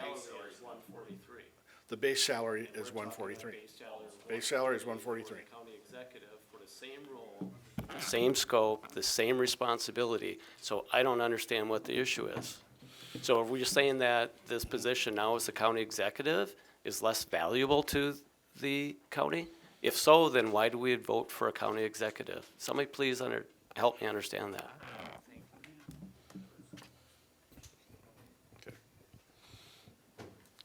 Supervisor Bossert. Okay, I'm going to speak a little bit to what Supervisor Gallatin said. So when we voted on this a month ago, it was creating the position. It was not setting a salary. At that time, there was a salary projection, but I understood that to be a projection to use to figure out basically how this would impact the county fiscally. And that was not by any means meant to be a hard and fast, this is what the salary will be. Now, when I look at the salaries for county execs of other counties, and I understand those have not been adjusted in a long time, but I compare that to what we're looking at setting at 140, that seems high. I have a hard time supporting 140. I haven't heard anything that's gotten me there yet to 140. So that's why I proposed the 125. I think that better matches what other county executives are being paid. I'm sorry, I have to disagree and interrupt you there. Then why did this board decide to pay $143,000 for the administrator role? And again, it's the same scope, same scale, same role and responsibility, other than instead of being hired by this body, it's now being elected by a larger body.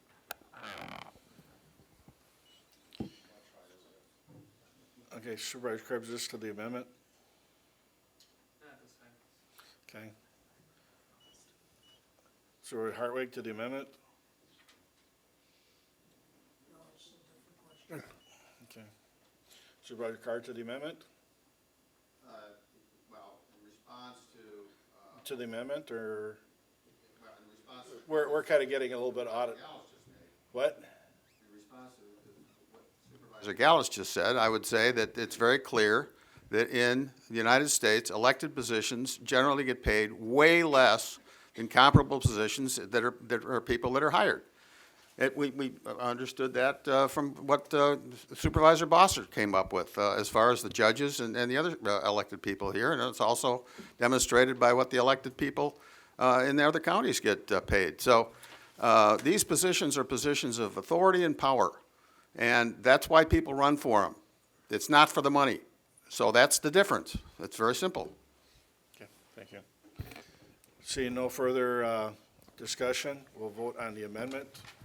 Amendment is amendment is for 125,000 for salary.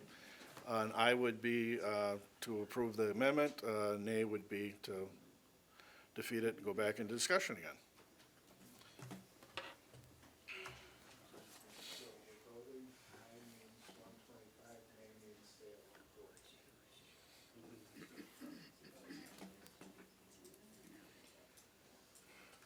Amendment's defeated. Back to debate.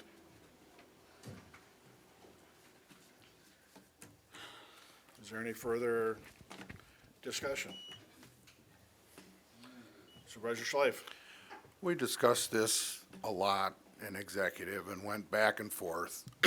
And I reviewed some of the materials, most of the materials from the committee that was set forth. And this information was available at one point.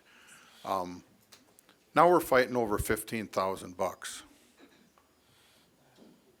How ridiculous is that? Let's vote. That's an excellent point, Supervisor Schleif. All that information through the ad hoc committee was available to every supervisor, should they have taken the time to look at it. So if you hadn't looked at it, that's an issue. Supervisor Basil. Yes, thank you, Chairman. I just want to reiterate, you had said in the beginning, I want to say it now. Josh Shulman was not at the executive committee when we discussed the salary. Josh was nowhere in the room. He's been truly professional through this entire thing. I'm appalled that you get accusations that there's once again, some dirty politics going on up here because we set it up for Josh. That was not what was done at all. This is done strictly as looking for the next county executive, and Josh Shulman had stepped aside for everything.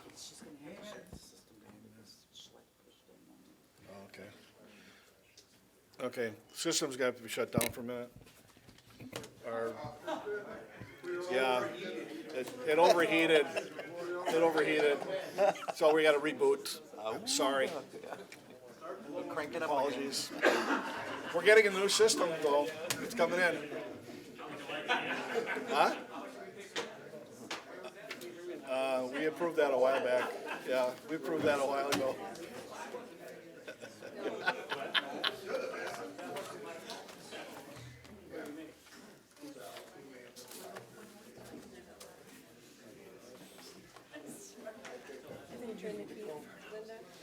I didn't turn the key.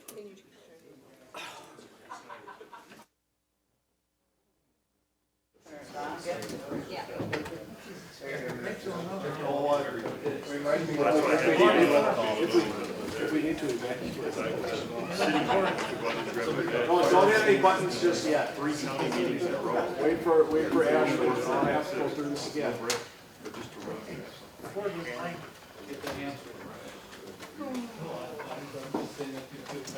So have you picked out the new system yet? We've checked it out, yeah, they had a demo, I did a demo. I was part of it, I didn't do a demo, I was part of the demo. It looks really nice. Everyone's gonna have a little box of their own. So when is this happening? Yeah, you'll be able to see everything up on, you'll see real time as things go. So we discussed exactly how we do things right now and how they can make it. So Everyone actually, needs to push their attend button in. okay, ready? Okay, not everybody at once. Too late.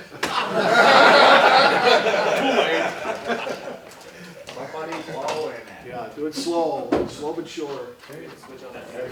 Might be working. Roger.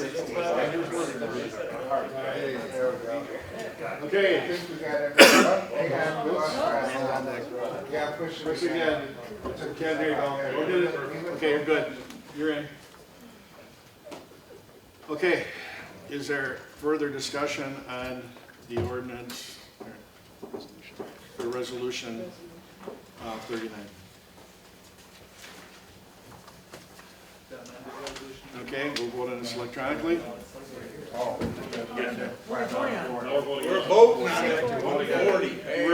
We are voting on resolution 39, the resolution setting the salary for Washington County Executive as printed. in your amended 2019 Resolution 39 annual rate of $140,000.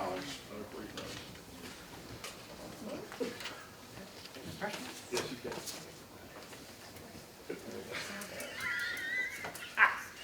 What are you laughing about? I'll peel the money out of my pocket. All right, motion passes 15-7.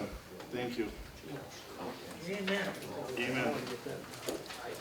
Resolution 40, advisory resolution in support of 2019 LRB 1470. See if Ethan is still here. Somebody wake Ethan up. Ethan, you have 45 seconds. Just do a motion, and if there's questions on it. Is there a motion? Supervisor Schleif, Supervisor Sweezick. Any questions? Any discussion? Do you understand what this one's about? Seeing no discussion, we'll vote on this electronically. We ready?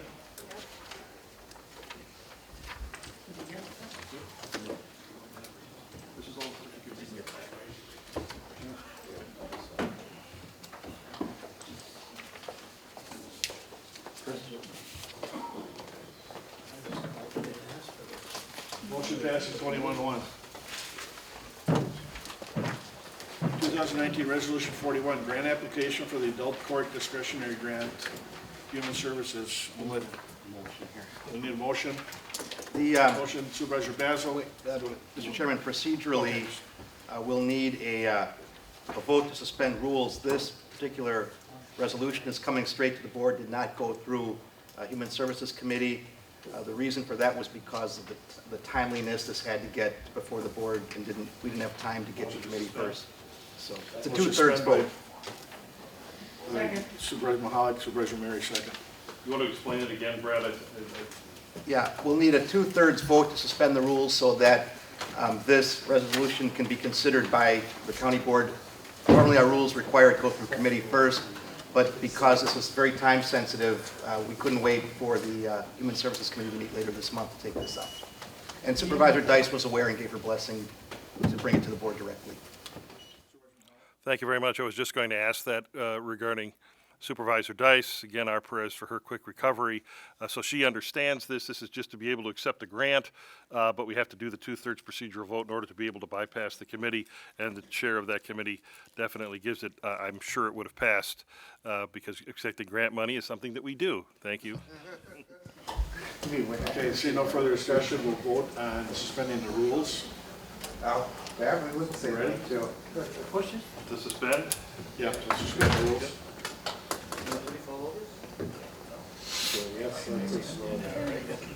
There we go. Motion passes. At least we can agree on something. Okay, any discussion on the grant? We don't have a full motion yet. Oh, yeah, we have to have a motion, yeah. Motion, Supervisor Bishop, Supervisor Mary. Any further discussion on it? Okay, we'll vote on this electronically. We ready? Yep.